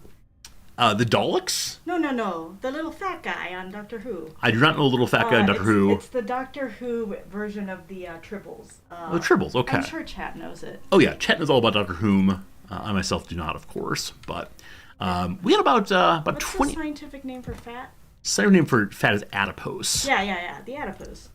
Wait, really? Yeah. They named characters No, adipose? they were adipose. They were adipose. Yeah. Is They're it like the cutest characters in Doctor Who ever. the doctor's fat cells came to life and bedeviled him? Not the doctors, but yeah. Wait, really? Yeah. Like out of some character in the show? Like Off of the Humans, I think. delightful. I mean, Yeah, it's a weird. It's a great episode in the humorous series of Doctor. So, does Doctor Who always have humor? Is it always Doctor Humor, or is it... I think it's always a little light, especially like Oh god. I think the Tennant years and the Matt Smith years were particularly humorous. They I were see. kind of zany, Yeah. wearing bow ties and Yeah. suits. I remember a couple years back when there was a discussion of like who ought to be the new Doctor. Yeah. There were some people who were very, very angry about the possibility of having a woman character, a woman actress, actually, I guess, as the Doctor. Yeah. And it was so strange Yeah. to see the rancor that people were engaged Yeah. in on that one. It's like, really? Yeah, and I think Really? I didn't want to be trivializing, but I remember like saying like let's not take it terribly seriously. It was a children's show, so like Yeah. chill. And I think it's also like it's part of the mythology, right? That the Doctor like takes on a different body, so it seems like it would make sense that Yeah. the Doctor would not necessarily be restricted to. I mean, the Doctor's not even human. Yeah, yeah. I mean, it's a weird thing because I don't want to like ever speak ill of chatters, but the people who are most aggressively like anti the vague idea of having a female doctor struck me as being like completely unthinking about it. It was just like aggressively no, the Doctor's a male character, no. And that the attempt to include anything other than, frankly, a white male character was to like bring wokeness into this TV show and ruin humanity. If I recall correctly, the current Doctor is African British. I believe he is, yes. Yeah. This But, building says it doesn't have a clear path to the Citadel. What does that even mean? These connect. This is turned on. This and this do connect. Why do this and this not connect? Oh, it's just a little bit too far away. But this one connects. I'm so confused. I'd just like to interject and say people feel similarly about Bond. Yeah. I don't know. I understand it a little bit more in that Bond is a human and there's no mythology about changing bodies in it. Yeah. That said, I am a big fan of what's his name? Idris Elba. Yes, I think he would be such a good Bond. Yeah, I think there's been some discussion about is the James Bond 007 character a stage name given to agents one after another. Oh, yeah, that's a good idea. Yeah. Okay, maybe buildings don't know how to walk on hills. Instead, they have a staircase to get them there. I'm not sure. I don't know. Like, I never want to. I don't know Doctor Who at all, so I can easily imagine someone saying like, "No, Resorty, you just don't get it. You don't understand this important thing that matters to me so much." Like, I don't want to be mean, but it just seems less important to me than to some possibly. Yeah, my sense is especially like the Doctor has in the modern era, the new Who, right? Doctor's never been involved in like romantic relationships or anything. So the Doctor's been an asexual character, right? Okay, So okay. in that sense, I'm not sure like the particular sexual identity and orientation of the Doctor has ever been really like a big deal. Okay. Also, I think New Who, the Doctor's always been like a force of inclusion. So I think that's also why like I react to it the way I do, because I think especially ever since Tennant, right? I think the Doctor's always been, but even before that, the guy, poor buddy, everybody always forgets his name, Christopher something, I think. Christopher Nolan, obviously. Ever since that guy, like that one was about class. I see. I think it was about class inclusion, and so, yeah. Eccleston, apparently. Eccleston, thank you. Yeah. I feel like New Who's always been about trying to be more inclusive. Every time we say New Who, I think You Who. Oh, the issue is this: we destroyed this path because what? You destroyed that. I destroyed a path to not just being right and to do it wrong instead, because I get great joy out of doing things incorrectly at times. Romance has been important for some Doctors.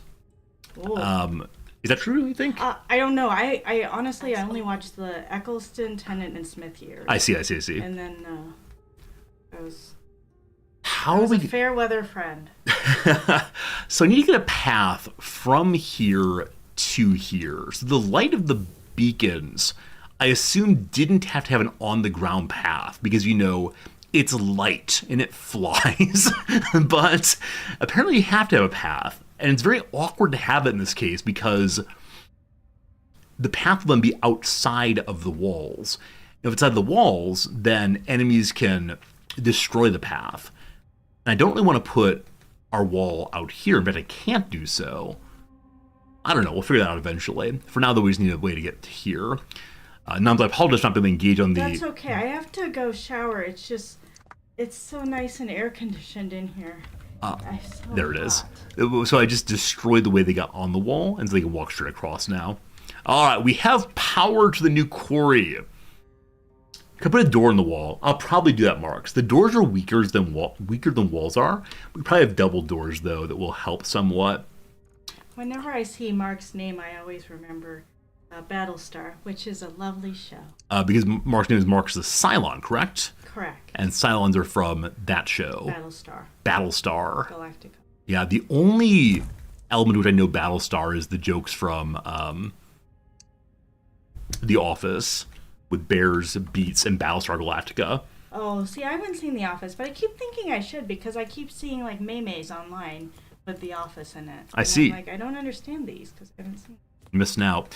So the trouble I'm having in placing this quarry right now, goodbye Noms, is that the output to the quarry building is right here. And I believe it's being blocked if I build here. Now maybe it's not. Let's see, is it possible to build on this position? If it's possible to build there, it's also possible to walk through it. Yeah, I think it's legit. So it looks very, very awkward, but I think this will work anyway. Now, this area here absolutely needs to have a what's it called? A warehouse. It's just too far away otherwise. Can you just destroy this thing? No. So we want to build right here. I actually don't know if the quarry needs to be at ground level, or if I can build around to make it look / be a little nicer. But this is going to give us so much stone for so much building. We'd still like to find more places to get wood, as that's a limitation on our troop creation. But we'll go and just use wood here to hopefully level this thing out a little more nicely. So I believe that this will bring it all to the same level. Or I can build across it. No, that piece is real. Like friendship, it is real. Oh, I had a student this semester on the very last day of class was talking about like what she'd learned, what was important to her, after studying in this course, and the class is about the common good and so on, and she said, I think before I started this class, my basic answer to any problem in the world is, don't worry, friendship is magic. And over the course of this course, I've realized that maybe that's a bit of a juvenile answer. It was a funny moment, of course, but like I always say, it's really nice seeing our students grow, and yeah, definitely all about that. So this location is saying, no, you cannot build somewhere here. I think it might be this piece. So do I have to build up another level? Will this actually work? Yeah, but a student, she ended up writing a little paper on the same topic. Oh, that's what's missing there. Those two are not created. What do I teach? You can guess now. Dog, you're new to the community, so what do you think I teach? Guess well, and I'll tell you. I've already told you a little bit, but as a student, I'm writing a paper with a title, Maybe Friendship Isn't Magic After All. Like, yes, you hero, yes. I need more support, so definitely this corner is well done. It's just this bit, I think. Or perhaps that front corner, that can be filled in also. It's just this one piece that cannot be built on top of. So will that work now?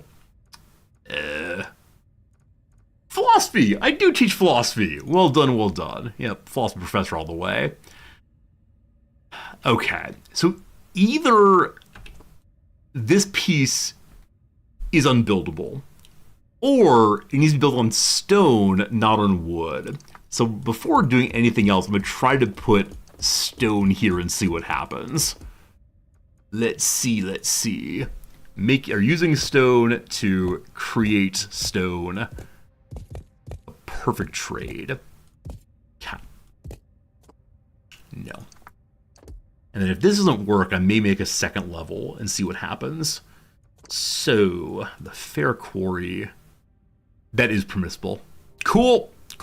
Wasn't sure. What's the best to put it in? So it's 14 plus 7. It's all 14 plus 7. Beautiful. And then we actually didn't need this line here, and we will need one staircase also. This will complete the mini objective. For it to actually matter, we have to finish the maximum objective also. Alright, so next thing is going to be getting the warehouse down here. And there's one other little problem. And that one other little problem is I do not know if enemies are coming from this side or the other side next. And so I wonder if I should make two halfway functional walls instead of making one attractive good wall. I mean, this one's mostly made. I can finish it up by just reblocking this portion and call it good enough. And begin making a tiny little wall down here. Maybe. Hold off on that for right now. We need more people again. So I recently made a pile of houses here. They're all upgraded already. We want to do the upgrade also. We're almost at the auction we need. And then we need 100 or so wood. Right, I want to see also, is there a place where I can make more wood? I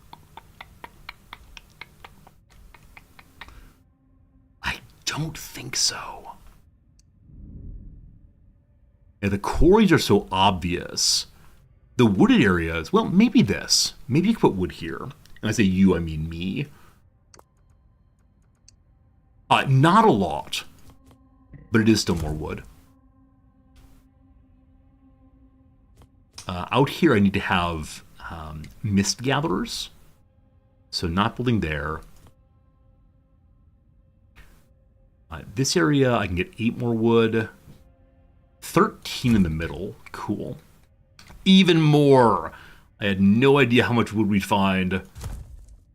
It's tiny little bits, but wood choppers are made absolutely freely. So I put them anywhere I want to and get a little bit of wood at least.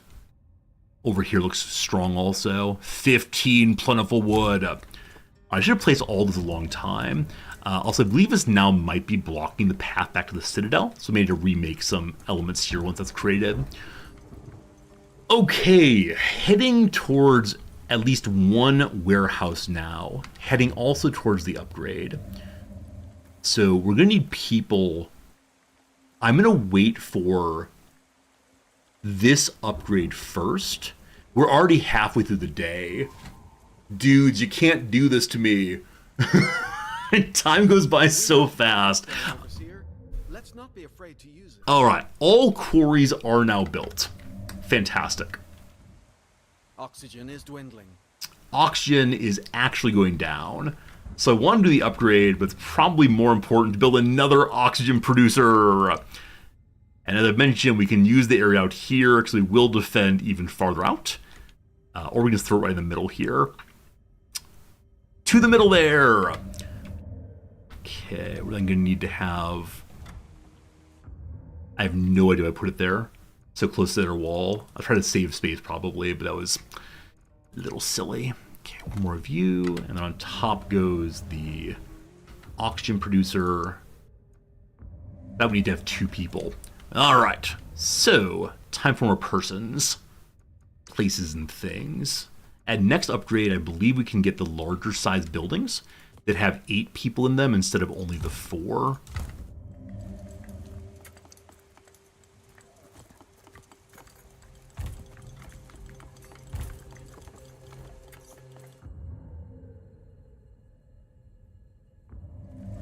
Oh, time. Oh, time. Why do you go by so quickly? Why does this happen to me?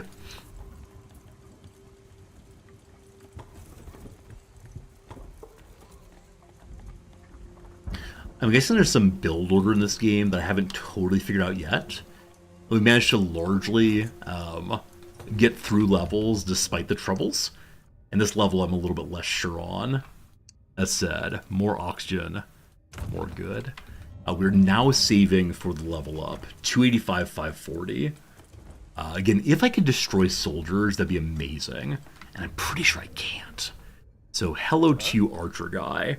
Is there any... So usually delete gets rid of people. There is a dismiss button. I missed it. Low oxygen production. Okay. I don't want to destroy more troops, certainly. We need to get them back again at some point. But anything to save some oxygen would be huge. While we're hanging out, we can make additional walls. We can make additional minerals. But we're not capped on either of them, so it's less important. I have 12 people. We used 2 here, so I still have 12 people. Is it 18 people or 17 people for making a warehouse? It is 14 people. All right, time for one more house also. The houses do not cost oxygen, correct? They're just wood. Fair.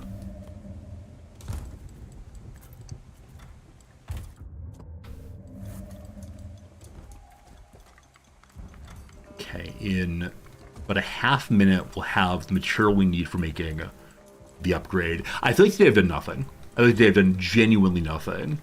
So I wonder if I should have had all those quarries up by, yeah, by the time that we started the first night. Also, we are weaker militarily than we were at the start of today. So that's a good thing. That's a great thing. Man, I think I probably should have had more oxygen producers earlier.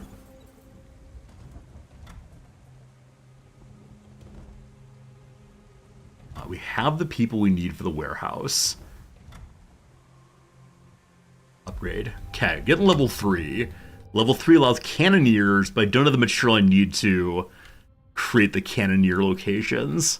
I think I'm behind one level of technology from where I should be. If we have to redo this level, I need to build the sawmills and the air producers much earlier. I think I was limited on wood in a way I didn't realize I could have fixed. Not sure. Hello, Lauren. Good seeing you. What's the premise of this game?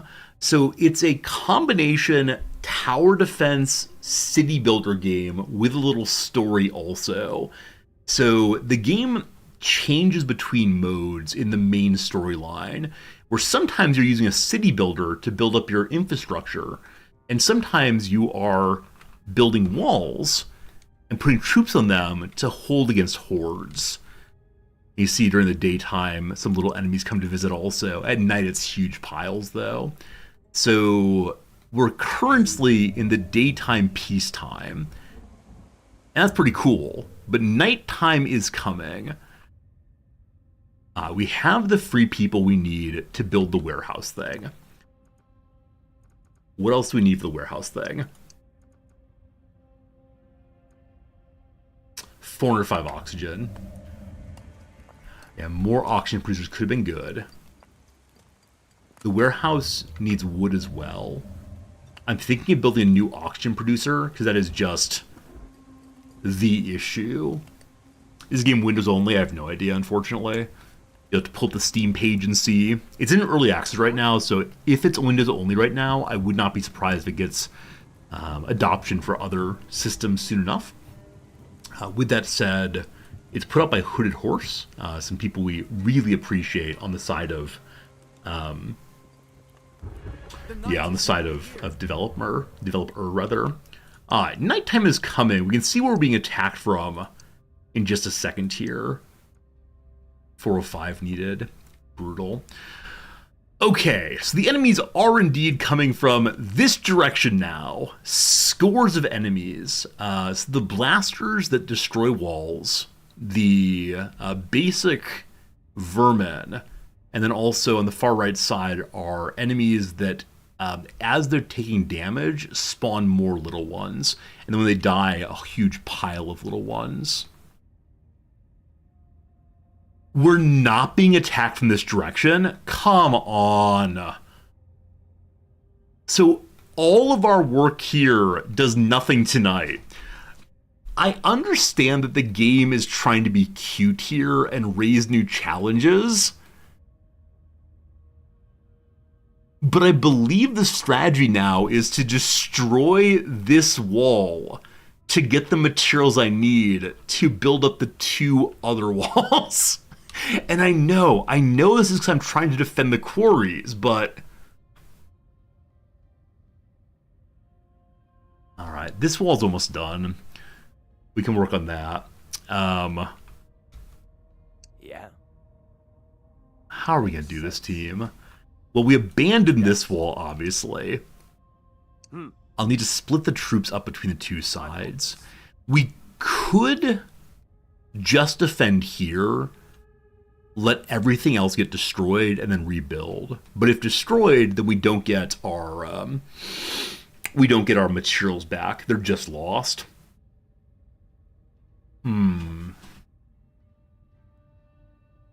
Yeah, I think I see myself right now at